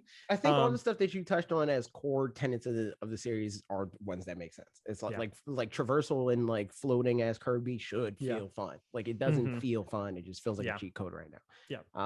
So making that feel fun and interactive is a good move. Making the copy abilities feel more fleshed out and not like the answer to the glowy eye, like that sort of situation is a good thing. So yeah, I think like those two things especially would be really smart for them to work on in a 3D Kirby game. Yeah.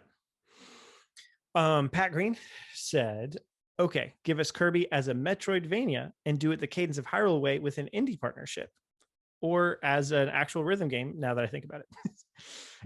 How do we not have a Kirby? I feel like that's something that they should have. Kirby Metroidvania? They've never rhythm game, because Kirby's like the franchise that they do spinoffs with. That's so true. DD's Drum Dash Deluxe for Nintendo 3DS. Well, isn't that like one of those, like, because Kirby always does. So there's Kirby spinoffs, but then there's Kirby mainline games that have like Kirby spinoff mini games within the Kirby game. This one, it looks like it's a separate thing. It's on 3DS for $7. Yes, but I feel like that was like one of the mini games that they like spun off and made its own thing. Yeah, I could see it, but I could be wrong about that. But I'm pretty sure that that's what happened there. Yeah. But Rise, let me know. Rise probably knows. He's a Kirby fan. The Metroidvania thing, especially, like, I mean, we've said it before, but 3D Zelda straight up is Metroidvania basically. In that you unlock new areas with new abilities that you get from doing things. So like, yeah, I mean, even 2D Zelda is right, exactly. A Kirby Metroidvania kind of thing would be muy fun. Jonathan Funk said the Great Cave Offensive made good use of copy abilities. If you want to collect all the treasure, you got to make sure you have the right ability. Nice.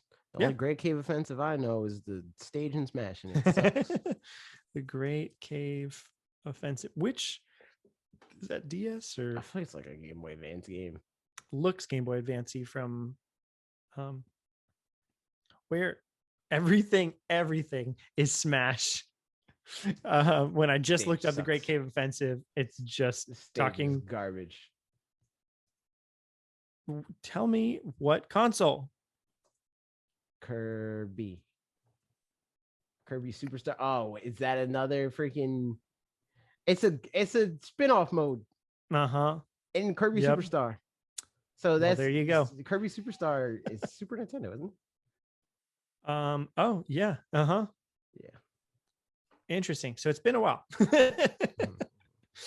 Man. All right. Uraraka Gang said, I think they should they should just make floating weaker, but keep it as a staple and then make things high up only attainable once you get Wing Kirby and such. Do it like that. Yeah, they could do that. It just would have to feel like it would have to feel like it makes sense. Because like if it's just like a flimsy sort of thing where it's like, you can't get up there, that would not feel good. There's definitely the game. I forgot to mention this in the video, but I meant to mention a short hike. because that game has you're a little bird and you can fly, but you only have a certain number of flaps based on you have little golden feathers, and then throughout exploring you get more, you can buy more golden feathers or whatever and earn them different ways. And then based on those, you can climb further up, but you can also I feel like they could pretty easily do that within the world of Kirby, with it being like a capacity thing where it's like he can only hold but so much air. Every time you float up again, it expels a certain amount of air, and that is how they control how high and how low you can go. Yep. And they could also tie that into like the stuff that you're able to copy, because like you're only able to copy but so much because your body can only expand but so much. Yeah, exactly. And because you can only suck up as that whole thing of like I liked how those things kind of synchronize together. They're like, those enemies are just too big to suck up. You're gonna have to like fight them the normal way. And then later it kind of ends up being like a Earthbound situation where earlier enemies aren't so much of a nuisance because you can just kind of like, and that's it, call it a day. Just run through them. But yeah, I think like you said, that was, I think you talking about that kind of thing is what made me think of that, was having things not feel flimsy and not feel like gameplay mechanics. It's one of those things that I've noticed before, but maybe never like put to words.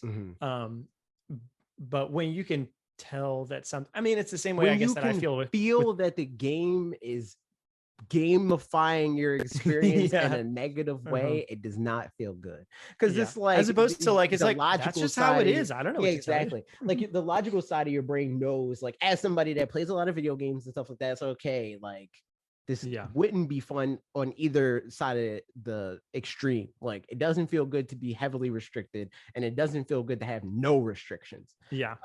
So we need to be able to do it in a way that you don't notice it. It's like there's a restriction, and that restriction makes sense in the lore of the world. It's not a game response. It's not them trying to design a video game. It's just that's how it works in the world, like stuff has restrictions in the real world, dude. You can only hold your breath but for so long. And then you train, you get stronger, and then you punch people even better and hold your breath for longer, because that's how it works. Training. Exactly. Lung capacity and such. Yes. Or become a professional flautist, and then you can lungs, So yeah, that's stuff. M567DK said, you talk about the gameplay of Kirby like that is the problem, but I think the storyline of Kirby should be fleshed out more. I mean, not just about theories and learning about things after playing the game, but make an actual story worth playing through. That is what could make a great 3D Kirby game worth playing. I don't know about that. I think that could make a better Kirby game for 100%. Sure. But I think the gameplay is the most important thing. I think the gameplay is the most important thing on literally any video game. I mean, Breath of the Wild is a perfect example of that. Like, there was story there, but compared to that being my favorite Zelda game, compared to other Zelda games that have way better stories, that one definitely. Like, if you look at the best-selling games, and sure, there's like people that like value story more than gameplay. There's definitely people like that. But historically, story is optional. Like, the fact that story is almost always optional in Nintendo games proves that. Like, it's like there's a story there if you look for it, but gameplay is not. Gameplay is not optional.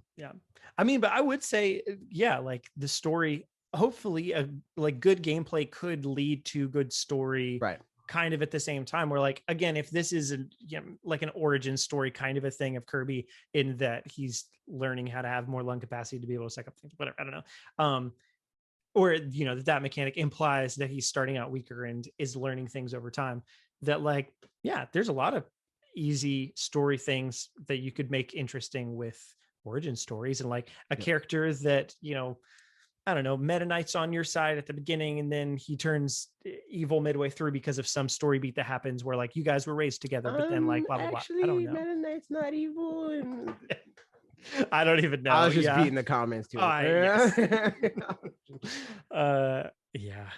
And then Bandana D was like your best friend, but then you guys fought over a girl. I was about to go to the same place. So But I mean, yeah, definitely. I think story could be better, but it doesn't feel like an either or to me. Yeah.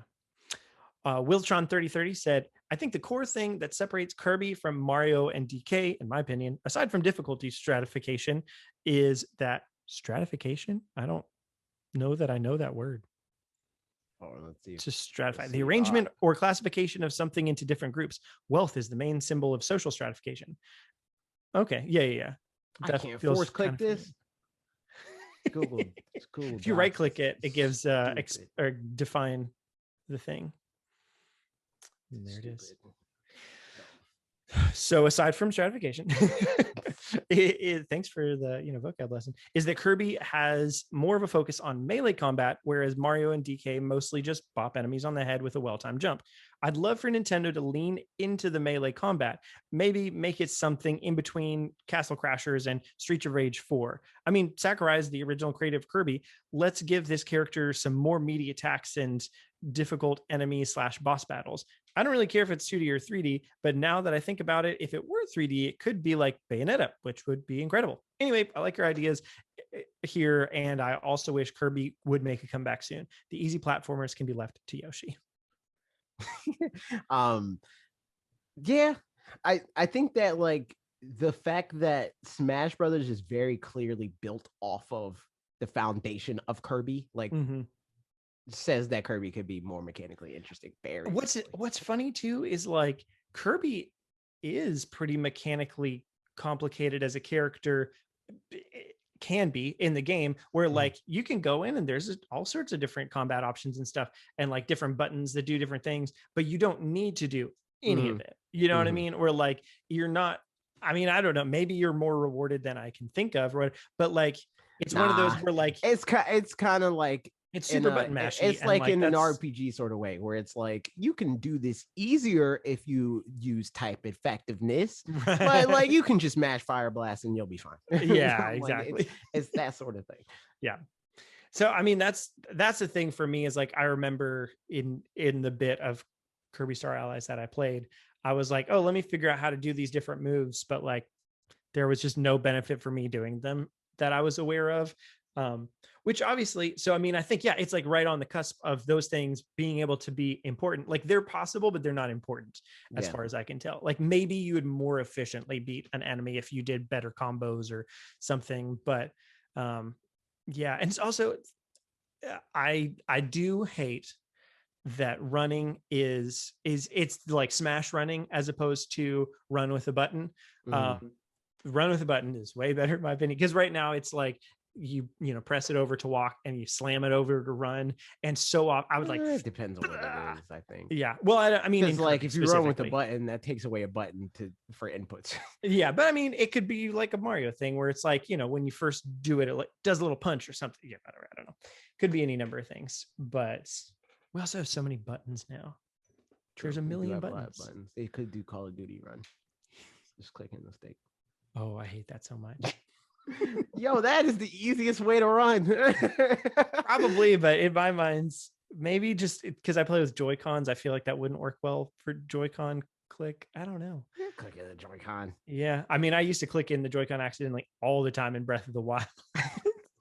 I try to run away from something. I'd be like, oh no, a guardian's coming after me. And I turn around, just like crouch and just slowly crouch away and get murdered, which is fun. Last comment, Victre Timage said, I don't know anyone who would actually be mad about a change for Kirby. Kirby fans are pretty chill. And to me and a couple others, the next game will tell us if Hal is going to take Kirby more quote unquote seriously and make him one of the big boys, or if we're just going to chill with more traditional titles. Do they want Kirby to be a big boy, or are we just going to stay where we are? I'm cool with either choice, because if I want something different, I'll just play other games, rather than dog on one series for not doing everything I want. And this isn't to shoot down criticism either. You want a more ambitious title for Kirby, completely understandable, and I do too. It sounds cool and interesting, but I'm not going to say the series is bad or anything because it's been consistent. You feel? I don't know. I disagree with that.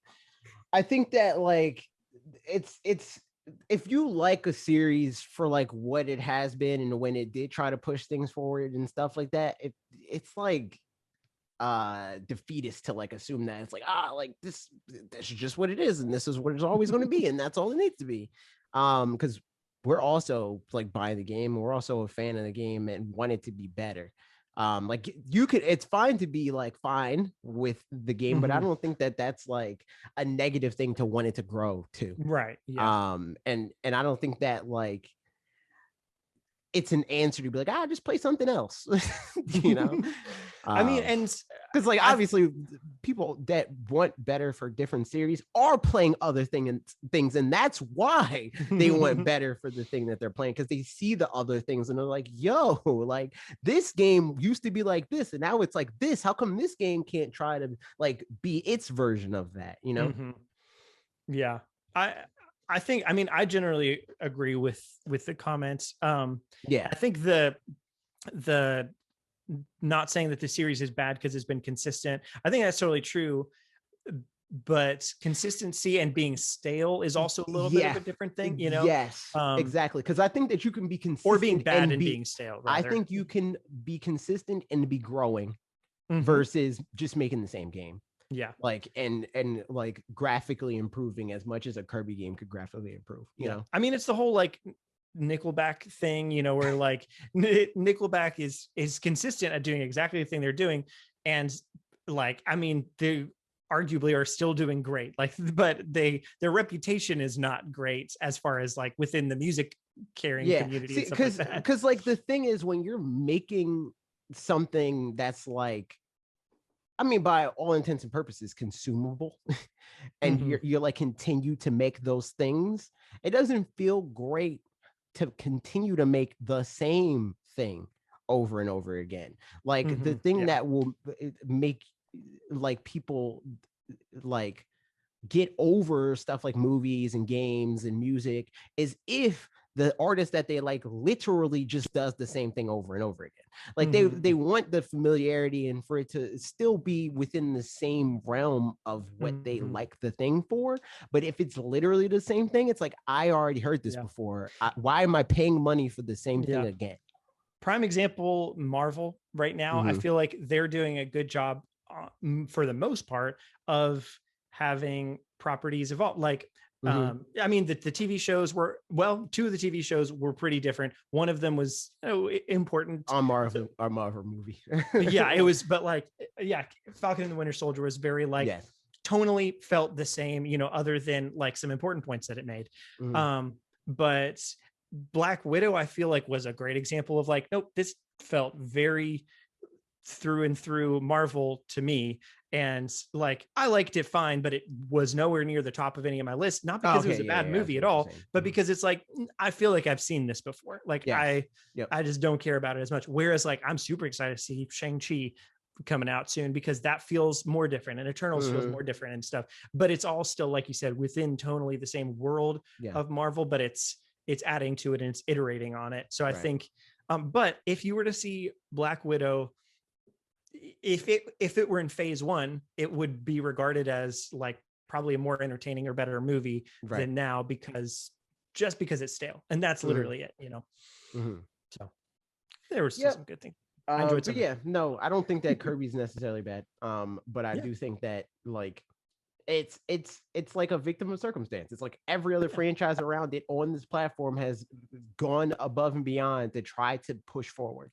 Even games like Pokemon. But Kirby is just like, I'm Kirby again, and not even like not even a good example of Kirby again. Because there are Kirby games that have been like, oh man, Kirby Superstar really tried to push forward, you know. But this game is literally just like, it does feel like, and even games like Robotobot and like the 3DS Kirby games, the full ones, not the like spin-offs. They tried to be different and more mechanically interesting and stuff like that. It feels like their main focus with Star Allies was a celebration of where we've come to. And so for that, they just settled into super tradition, you know, and then like it was adding in all the stuff, like all the different characters and all the different abilities. Like that was the important thing, to like feel like here's everything we've done in a culmination, but not necessarily thinking of like, how are we moving forward, like Legends Arceus is or whatever, you know, where that's like thinking futurely or whatever. I think this was thinking retrospectively, which again, great for Kirby fans, or good for Kirby fans, or bad for some Kirby fans if they want it to move, whatever. But as far as like it being, a good representation on the Switch and like being able to introduce new people to it, like didn't accomplish that in the way that I don't know that they feel like it would have or should have, to be honest. Like if I'm a dev working on that game, I feel like it would feel like, this is our 10 or 20 year anniversary album or something like that, where it's like it's for all you longtime fans, but not so much for just like the new people. I don't know. Could be projecting for sure, but in any case, I think Kirby moving in new directions would be great, and hopefully is the case. And hopefully even we'll see a trailer for a game soon that would be even kind of like that. True, I agree. Yep. So that's that. That is that. And now we move on to the last part. Q&A, which we don't have a ton of questions. Well, I guess not the last part if we're also going to briefly chat Marvel at the way end. But there is a question from Chris Dubuque from Twitter. Okay, nice. Go ahead and drop it in there as well. And then also to our friends that are hanging out with us on supporters, feel free to drop some stuff in there, silly as it may be. So YouTube community, I put up a poll asking for what Pokemon game people were most excited for that's coming out, or is out kind of right now. So that was Pokemon Unite, Brilliant Diamond Shining Pearl, Legends Arceus. Give me all the Pokemon, so all the above, or not really fan, waiting for Gen 9. And looks like Pokemon Unite is 6%, Brilliant Diamond Shining Pearl 16%, Legend Arceus a good old 56%, all of the above 13%, and not really fan or waiting 9%. And there you go. And then 2 comments.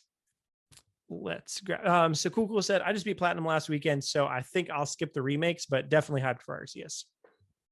Also hyped for Arceus. I too. I'm gonna get both. And do you think? I mean, I might. I'm gonna Diamond or Pearl? Diamond. Duh. Of course. Were you dumb? Well, yes, but that's neither here nor there. But I'm just gonna get Diamond, and I'll just play it. I'll stream it and play it normally, and then maybe I'll do Nuzlocke. Depends. I don't know. Who knows? And then I'm gonna get Arceus, cause duh. Yeah. What are you, dumb? I'm probably gonna get the other. I'm gonna get Pearl. Legends. I can't think of what would be Giratina. Nope. Legends Mew. That doesn't even make any sense. It makes sense to me because whatever. Aren't there, because there's 2 different like canon timelines, right? One that has Arceus kind of in it, and then another one that's, or like one where like the lore is Arceus to blah blah, and then there's, I mean, Giratina would be the answer to the like. That's true. You're right. It would be like, definitely because Arceus is like, he's the like god Pokemon god, and Giratina is like Pokemon devil. Like, yep. How does Eternatus factor into any of this at all now? Is that even? He's a different thing. He's a different situation. Works for me. All right, and then a question. So Benchicon said, "What first-party Nintendo games do you think should have a demo?" Ooh. Should have a demo. Okay, so I'll say this. There's a bunch that I feel like could have a demo, but might as well not, because they just like, you don't need a demo for Mario Odyssey. Yeah. Buy Mario Odyssey. See, that's the thing. Like, because I mean, games like ARMS, I think, ARMS has had demos, and I think that they do demos in the right way, where it's like they for the games that you don't really know if you like you don't know if like you would enjoy how this game feels to play. Those types of games are the games that need demos. But games that are just super straightforward and like, it's a platformer, dude. Like, I don't know what to tell you, man. It's a platformer. If you don't like it, you don't like it. Because like, if anything, like a lot of the times what demos do, like consumer wise, is it's like it gives people like they're fixed. It's like, oh man, like I played the game as much as I want to play it. I'm done, not buying it. And it's not good. Like freaking Puyo Puyo Tetris. Yeah. If I cared more about money, I wouldn't have bought that game because the demo's fine and I got my Tetris fix. I don't have to buy the game. What am I buying the game for? Yeah, right. But I was like, man, I gotta buy it. And then after I bought it, I didn't even play the game. So I didn't play it as much as I should have. I probably played it for like 5 more hours and then didn't touch it anymore. But yeah, that's why they don't do demos. Yep. So games that, yeah, like I said, are like, man, would this be fun to play? Mm-hmm. And they're sticky after that. I think that's exactly it. So as far as like specific ones, I feel like they've mostly done a good job, you know. Mm-hmm. I can see Pokemon Snap doing well from having a demo because like same kind of thing. You don't really know if you'd be into it. Oh, actually I have an idea in a second too. Pokemon Snap, I feel like because honestly, the thing I think that people don't necessarily get is the joy of replaying the same level multiple times. Yeah. That's something that like I know when I've had people over and Ashley was like, oh, you should show them Pokemon Snap when it first came out. And I was like, okay, sure. The first time they watch a level, it's like, oh, okay, that's fun. And then we'll play literally the same level again. And it's like, oh, that's different or whatever, you know? Exactly. And that's what I feel like they need to do the demo like Square Enix does the demos where it's like, they maybe limit you to one place and you can like max out the level for that place or get to like a certain level for that location. And then it's like, that's the demo, you know, because it's like, then you get the idea of like, okay, the world grows and more Pokemon come out and they have different interactions and all that stuff. But you don't get to the point where it's like, all right, I understand this game. Like I get it. I don't need any more of this. So yeah, I think that's a good way to do that. The other one I thought of was not that it needs it because it sold so well anyway and continues to, but Animal Crossing could do like as far as sucking you in and that whole thing, like as soon as you've started building an island, like if it gave you a 1-hour demo or like let you go until the second night or something like that, or it's hard because it's based in real life. Yeah, maybe the way that they do a demo with Animal Crossing is they let you play it online, but you're like limited in the way that you're limited locally. Except for like I could see that, except for like thinking about the experience at PAX, where that's pretty much what we did versus playing it for myself. Like it feels so different. It being your own island, but it's having your own I think it's like the same thing if they limit you for like a few days or whatever, where it's like, okay, like playing Animal Crossing for the first day is not as fun or even close to as fun as playing it when you can play it for like the first 4 weeks. And then if you're playing it for the first 4 weeks, you run the risk of people being like, all right, I get it. I have my, I have my fill, you know? So it's like, you got to kind of like be able to, you know, put the carrot in front of the stick. I mean, like on the stick and be like, hey, freaking play the game. I mean, I think at least as far as thinking of like when Ashley played it, I feel like it took a day and a half for her to get hooked. So like, even though she was having more fun with it later for a while, you know, I think even just that little bit would be good, but like, they don't need it. People, and I feel like even that it would also have to be like the Square Enix thing. Yeah. So good question though. Yeah, I enjoyed that question a lot. This question is from Mega Man from Discord. But before that, he pointed out this really interesting thing that today's Duncan's birthday. So happy birthday. Yo, as we say. Happy birthday, Duncan. That's it. Wait, today is Duncan's birthday or tomorrow? Tomorrow, by the time you're listening happy to this. Happy birthday, Duncan. Yeah. So, yeah. Thank you for yo-yo-yos and everything else. Hope you're doing great. Sick. That is all. But real question for Mega Man also said, why is the Pokemon Company demanding to take all of my money with these games? They're evil. They are Team Galactic, or Galactic, whatever. I mean, true. There's something, you know, and they want your money. Team Rocket, maybe. They're Team Rocket. That feels more apt. More their MO. Also, what was your favorite kids show growing up?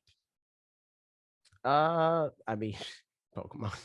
It depends on like what you mean, like growing up. Like when does that stop? There was a lot of phases there. Yeah. But I feel like the most consistent was probably Pokemon or Dragon Ball Z. But Dragon Ball Z, I feel like Pokemon never became a thing that like I didn't like. Like I've always liked Pokemon.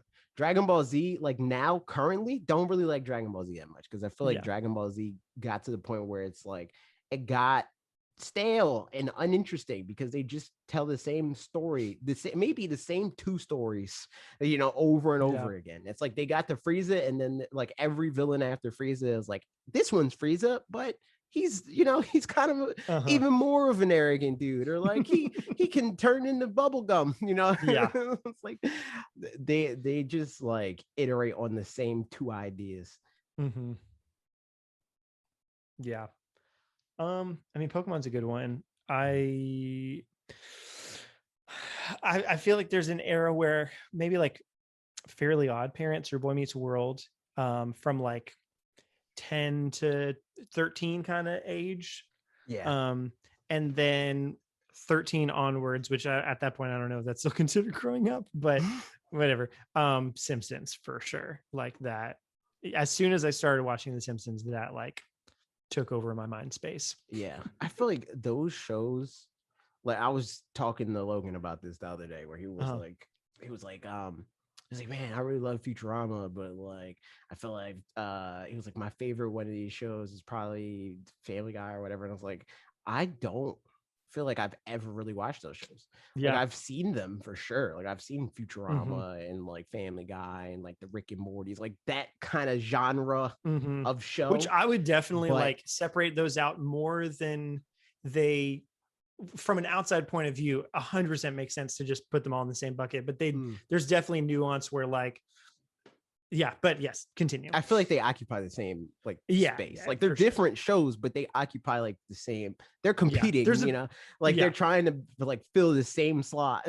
But for me, it's like those shows have always been something that I played in the background when I didn't know what else to have in the background. And now that's podcast, so they have literally no place in my life. None. I mean, I think the thing that's interesting about Simpsons that I didn't realize at the time, but I've like watched some videos that talked about it and were interesting and stuff, was that it was probably one of the first like anti-sitcom kind of thing where it specifically did things opposite from how like the traditional American family did things at the time. So that was what was interesting for a while, but now that's not new at all. Like that's, so like truly, I mean, I wouldn't tell anybody to watch Simpsons after a certain point, like after, I mean, there's good episodes after season 10, but like generally it's more miss than it is hit for probably at least season 15 onwards. But like, but yeah, there's some early ones that I think still hold up, but it's the kind of thing where like there's tons of little jokes crammed into a thing where like the more you watch it, the more you'll kind of notice some things, or somebody might have to even point out like, that's funny because this, and you're like, oh yeah, that is funny. But I know I'll rewatch. You told me why it was funny, and now it's not. But yeah, there's just jokes that like I'll miss or whatever. So it's but yeah, there was several seasons that were better than the rest of it. I know I've said that before, but I like The Simpsons. But I think I've also said this before, I'm sure, but like I thought Family Guy was funnier for sure in terms of just like laugh out loud ha-has, but it was like kind of cheap laughs for some of the time. And moreover, just like the characters are all inherently unlikable. Whereas with The Simpsons, they're annoying in terms of like, if I were really friends with Lisa or Bart or whatever, it's like, you're really a pain. But I feel like I could also kind of talk it down and after a minute be like, how's your day going? And they'd be like, right. I'm okay, But like, I feel like that was their zag. Like Simpsons zag was like being the anti-sitcom, and then Family Guy's the anti-sitcom. Yeah, exactly. Like they just keep going deeper and deeper down that rabbit hole, but it's like part of the same like line of thought. Right. They're trying to be like the same end goal. Like even something like South Park. Park, I feel like occupies that space. Futurama, Family Guy, American Dad, Cleveland Show. I'd probably Futurama, maybe the least of those because it's less reactive to, because I think exactly what you said, where like Simpsons was reactive to to like sitcoms. Mhm. Family Guy was reactive to Simpsons, and South Park, same kind of thing or whatever. And then like Rick and Morty now jumping way ahead is reactive to, it's like all those things. Yeah. Whereas Futurama, I think, kind of like took a step back and just sunk into like, here's just a thing, like silly cartoon sci-fi sort of thing, you know? Mhm. So that one definitely, I think I know a lot of people that that's their favorite in that genre. And I can definitely understand why, because it's not trying so hard, you know, it's Yeah. just kind of like, we're just doing funny things that we think are funny. And that's pretty Right. much it. And that, you know, that pans out. It's pretty not well, trying I to think. say what it's not. It's not like Yeah. we're not that show. That show Right. doesn't have our type of fun, you know, like, but yeah. Yeah. Yeah. In Discord, Trev asked, I have a question for you, Parker. Did you really not get your Tumblr? USPS says it was delivered the same day as AJ's was. I haven't checked my mail in several days. So well, if it's small enough to fit in my mailbox, 100% probably there. And I didn't check it. So I didn't even know, but I'll check it after this and I'll let you know. So yeah, probably so. And I'm excited. Mega Man continues to ask, what's your favorite banana flavored food? I can't tell you. They're all Banana bad. pudding? I mean, I guess like banana nut bread. Does that count? Yeah, that's up there. I don't know why I got Southern. Yeah, I don't know why you did that. That's good. But I don't feel like that counts as flavored, because banana flavored stuff, trash. Stuff with bananas in it, different. Yeah, I mean, have you had like, you know, like banana pudding kind of thing where it's like got like Nilla wafers and stuff like that? You know what I'm talking about? But even that, I feel like it's the same thing. Where it's like that just, but it's got banana flavored in pudding in it, like actual like, you know, a mix, but it does have legitimate bananas as well, so it's kind of half and half. Yeah, so like banana Laffy Taffies, you know, like that, trash. I would probably put banana Laffy Taffies at the top of the banana flavored things, because it's so far in the, I think Cavendish, is that the right kind? So this is a fun fact that maybe is starting to become like a Doki Doki Panic kind of fun fact. No.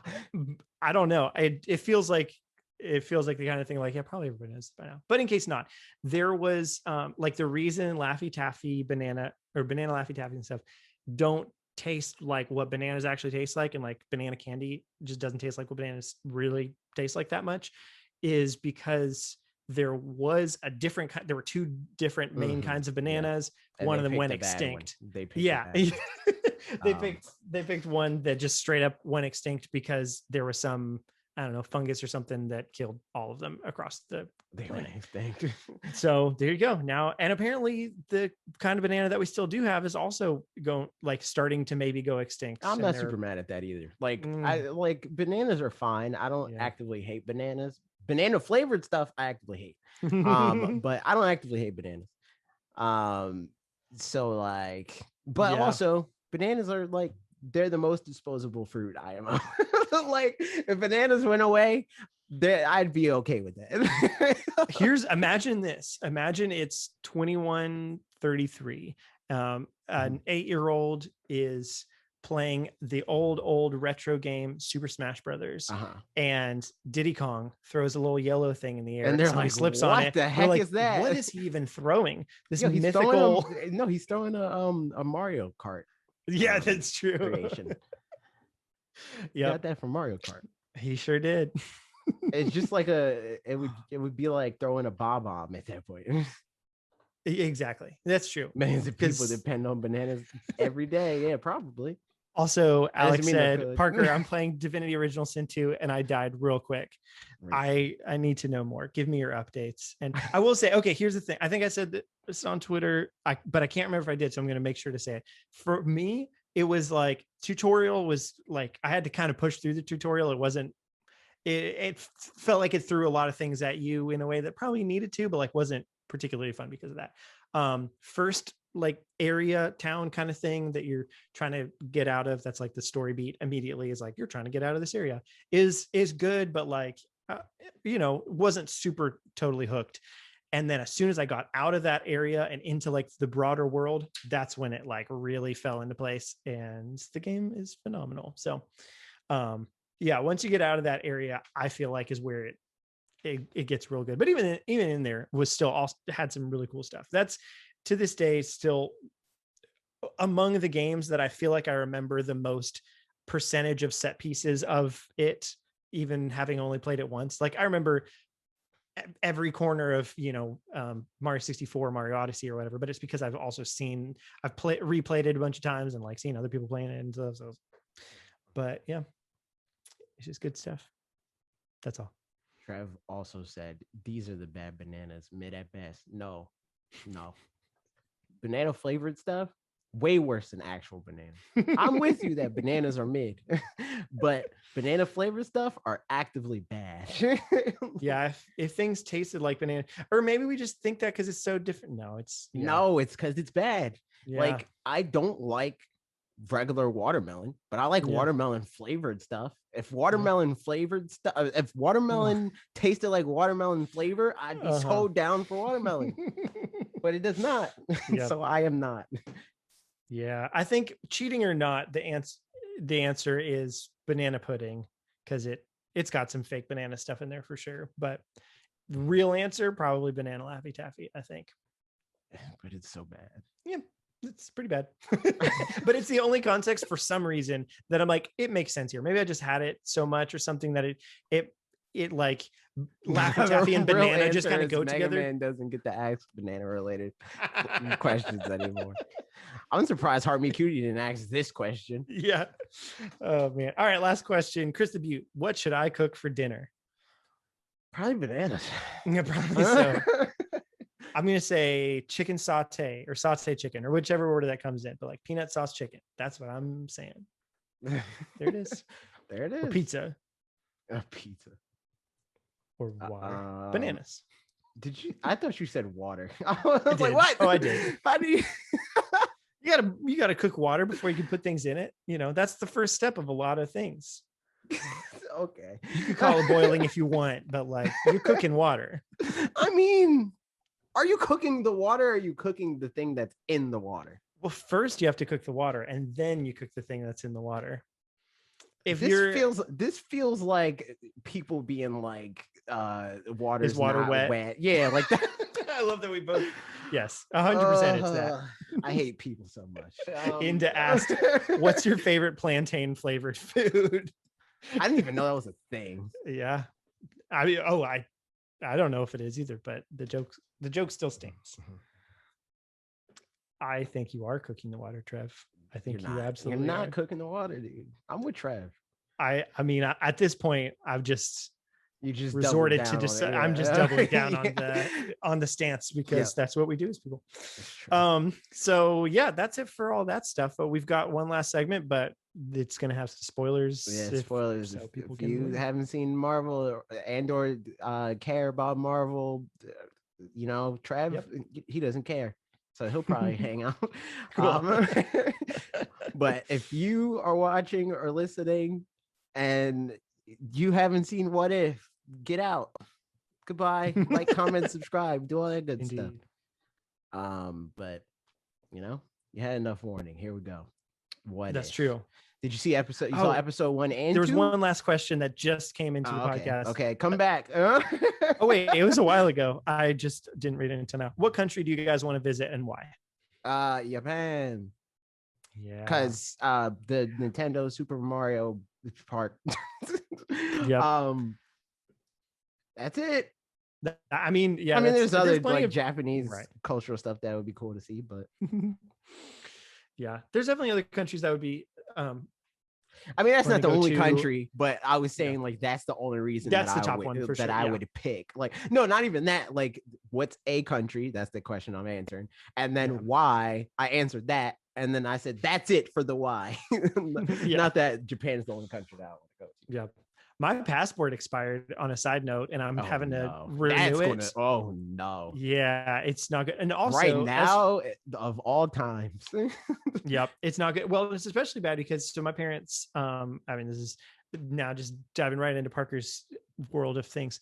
Mm-hmm. So my parents are in Belgium. Obviously, my sister's over there too, and they asked if they could pay for me to come for my 30th birthday. For us to come. All three of us to come for my 30th birthday at the end of October. And I was like, that would be great. My passport's expired. Ashley's got hers, but Ezra doesn't have a passport, and it's going to be and we don't have her birth certificate yet because since she's adopted, like the process is still going through, and it'll be a little while before we get her birth certificate, and there's things that we can do, and it's complicated, blah, blah, blah. So like basically I don't think we're going to be able to go for my birthday, which is sad. But also my mom's been in the hospital, and like I don't think at a point where like it's not life or death or anything, but it's definitely not good. And it would be nice to be able to be there, but it straight up is like estimated 12 weeks to get your passport renewed these days, which is that sucks. So I mean, if things become like really bad, there are things that like, there's technically a clause where you can do a life or death expedited thing, but they don't guarantee it and all this stuff. It's interesting. So yeah, I don't know. There's all that extra bits. Marvel. Spoilers. Get out. Yes. So you saw both of them, right? I did see both of them. Okay, cool. Yes. Get the heck back out. I saw that. That was get the heck back out. The first thing, what if Peggy Captain Carter one? Yeah. Didn't care about that. I don't care about anything Captain America, because we paused it halfway through and we were like, do we want to keep watching this? And we're like, I guess so, just to like keep up to date. Like continuity same and all that. Yeah, right, exactly. Like if things come of this, which it very well could, like apparently maybe that tentacle monster at the end comes back, I don't know, or not that maybe it does, but like maybe it could, you know. It was. And like, I love Captain Carter. I just don't care about anything to do with Captain America, because I don't particularly care about America all that much, if I'm being real. And I know the whole thing where it's like Captain America is supposed to be like the ideal America and like all that stuff, but like, you know? Yeah. But yeah, I mean, it was neat. Yeah, I think. Again, neat idea. I also just don't care much about that time period is a big part of it too. I've never been one to like go to World War II museums. Captain America is propaganda. Yeah. But I mean, I know, like, you know, especially living in France and stuff, there were World War II sites close enough by. And I remember other people coming and being like, wow, we can go to a World War II museum and stuff and see all these guns and things. I'm like, neat. I don't care at all. Or like Call of Duty World War II, zero appeal to me. But that's not because I don't understand that there's appeal to other people. It's just, for me, don't care. And that's where so those two things together didn't do a lot of great things. And like, you know, still like I just love like superpowery part of Marvel things. Like that's just fun. The like fantasy elements and stuff. And Captain America, you know, like Black Widow, like I mentioned earlier, it's just more down to earth, even though he's obviously super soldier and stuff. I mean, I feel that way about that. Well, I don't know if that's a lot of it for me, because like I think Iron Man is that, but even more so. Like he's not a super soldier, but I care about. But there's still like cool things that can happen because of his suit, you know, like so it veers in the opposite direction for sure. But true. But I mean, but at least it's present day. It's this is also because the thing about the What If series is like a lot of it is, it's not just what if this scenario and that's the only what if. It's like this what if also caused this other what if and this other what if. So it's like, is that also what if is that all of these are going to be in the same one universe? No, I don't necessarily think that. I'm just saying that whenever there's a what if, it usually also changes other things. So like. In this one, it's what if Steve Rogers was like the first Iron Man or whatever, right? Like that's also kind of the what if. Yes, right. And I don't really care about that storyline either. I'm like, all right, whatever. I don't care about Steve Rogers. Okay. So that was that one. So, and here's the other thing that I think will be a staple throughout this that I don't know how to feel about yet. And spoilers, I liked the second one a lot better. Yes. But the kind of nature of the show, it feels more like cartoony than I was expecting as far as the writing goes, especially where like just the kinds of quips they make feel more like a a kids show kind of cartoon. Yeah. Yeah. I can't like think of one off the top of my head, but like, being like, that was a close call, and I know a thing or two about close calls, or something. I don't know why that sounded more like J. Jonah Jameson or something, but that sort of thing. Just like it took me out of it a bit more. And like the type of jokes that they tell. Definitely. So we'll see how that goes. Again, even that still panned out way better in the second one than the first one, but that first one was kind of rough. Probably. I mean, hopefully the most forgettable episode so far of literally any Marvel show so far. Even the entirety of the literal Captain America show. Even that more forgettable than that. But anyway, the second episode, much better. I instantly cared about this from the premise. I was like, yo, I'm down.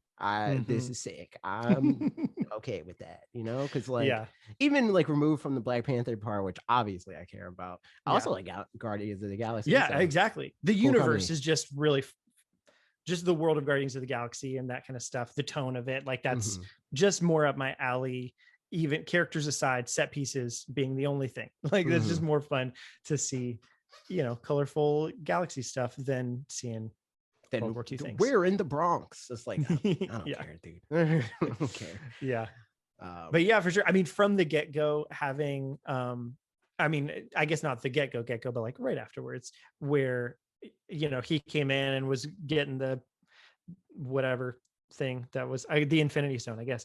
And well, like all the things being mirrored, where it's like, oh, he is the same Star-Lord, or he's Star-Lord, but people have heard of him. This is how he's like different, It's like Star-Lord was like, yeah, man, like I'm Star-Lord, and like and when it was Quill, I've never heard of you. Who cares about that? But it's T'Challa, and they're like, oh shoot, you're Star-Lord. That was just fun. I liked that a lot, and that like so much because of that. And this is probably the even better like execution of what if can be, because like the what if like Steve Rogers was the first Iron Man didn't feel super attached. It didn't feel like that was like a direct result of Peggy Carter becoming Captain Carter.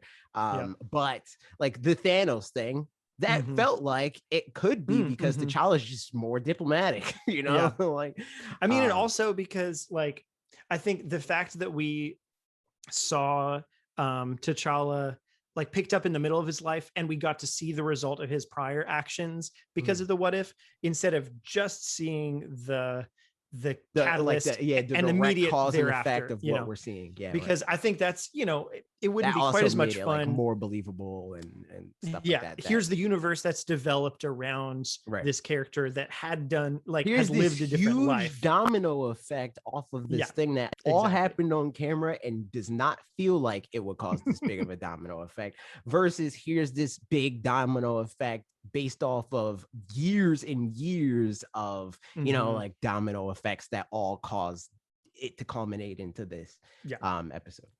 I thought that was really cool. The Thanos thing, that was neat. It was and then like from there it's like, oh freaking like I don't think Gamora's in this, or not in this, but like in this universe in the same way, like maybe because like Thanos is a good guy now, he never like interfered with her and like that sort of situation. Nebula wasn't like tinkered with possibly nearly at as all, much, if as much. She still had like her eye or whatever, but that was like it. So this episode was better, made a lot more sense. So I'm curious. I hope that there's more like this where it's I think that's the big thing, is if they do more things that we don't interact so much with the immediate results of the what if point, but like we see the what if point and then see the later stuff. I think that'll be I don't know, more interesting, because then it felt more like we were, even though I guess we kind of were in this episode too, in the Captain Carter episode, it felt like we were reliving the like scene by scene, but with like a cut and replace sort of thing.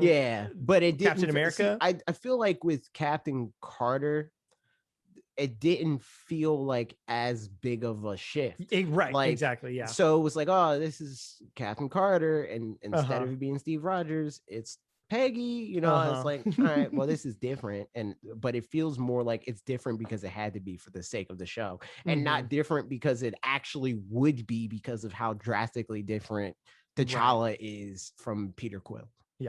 Yeah, exactly. So yeah, fun stuff. I'm excited to see more. I'm especially excited about, Marvel wise, Shang-Chi coming out soon. That seems very cool. They're just doing it in theaters, so I'm not going to see that. That's the problem. I don't know. I feel like it'll be a little bit short-lived though, where like they'll do it in theaters only, and then like a month in, they'll be like, ta-da, Disney Plus. I think it's a 45-day window or something like that. Oh, is it really? Okay, that's short. Yeah, but like the reason why it feels like they're doing this is because of the whole like Scarlett Johansson lawsuit situation where so at least this way they can't get sued.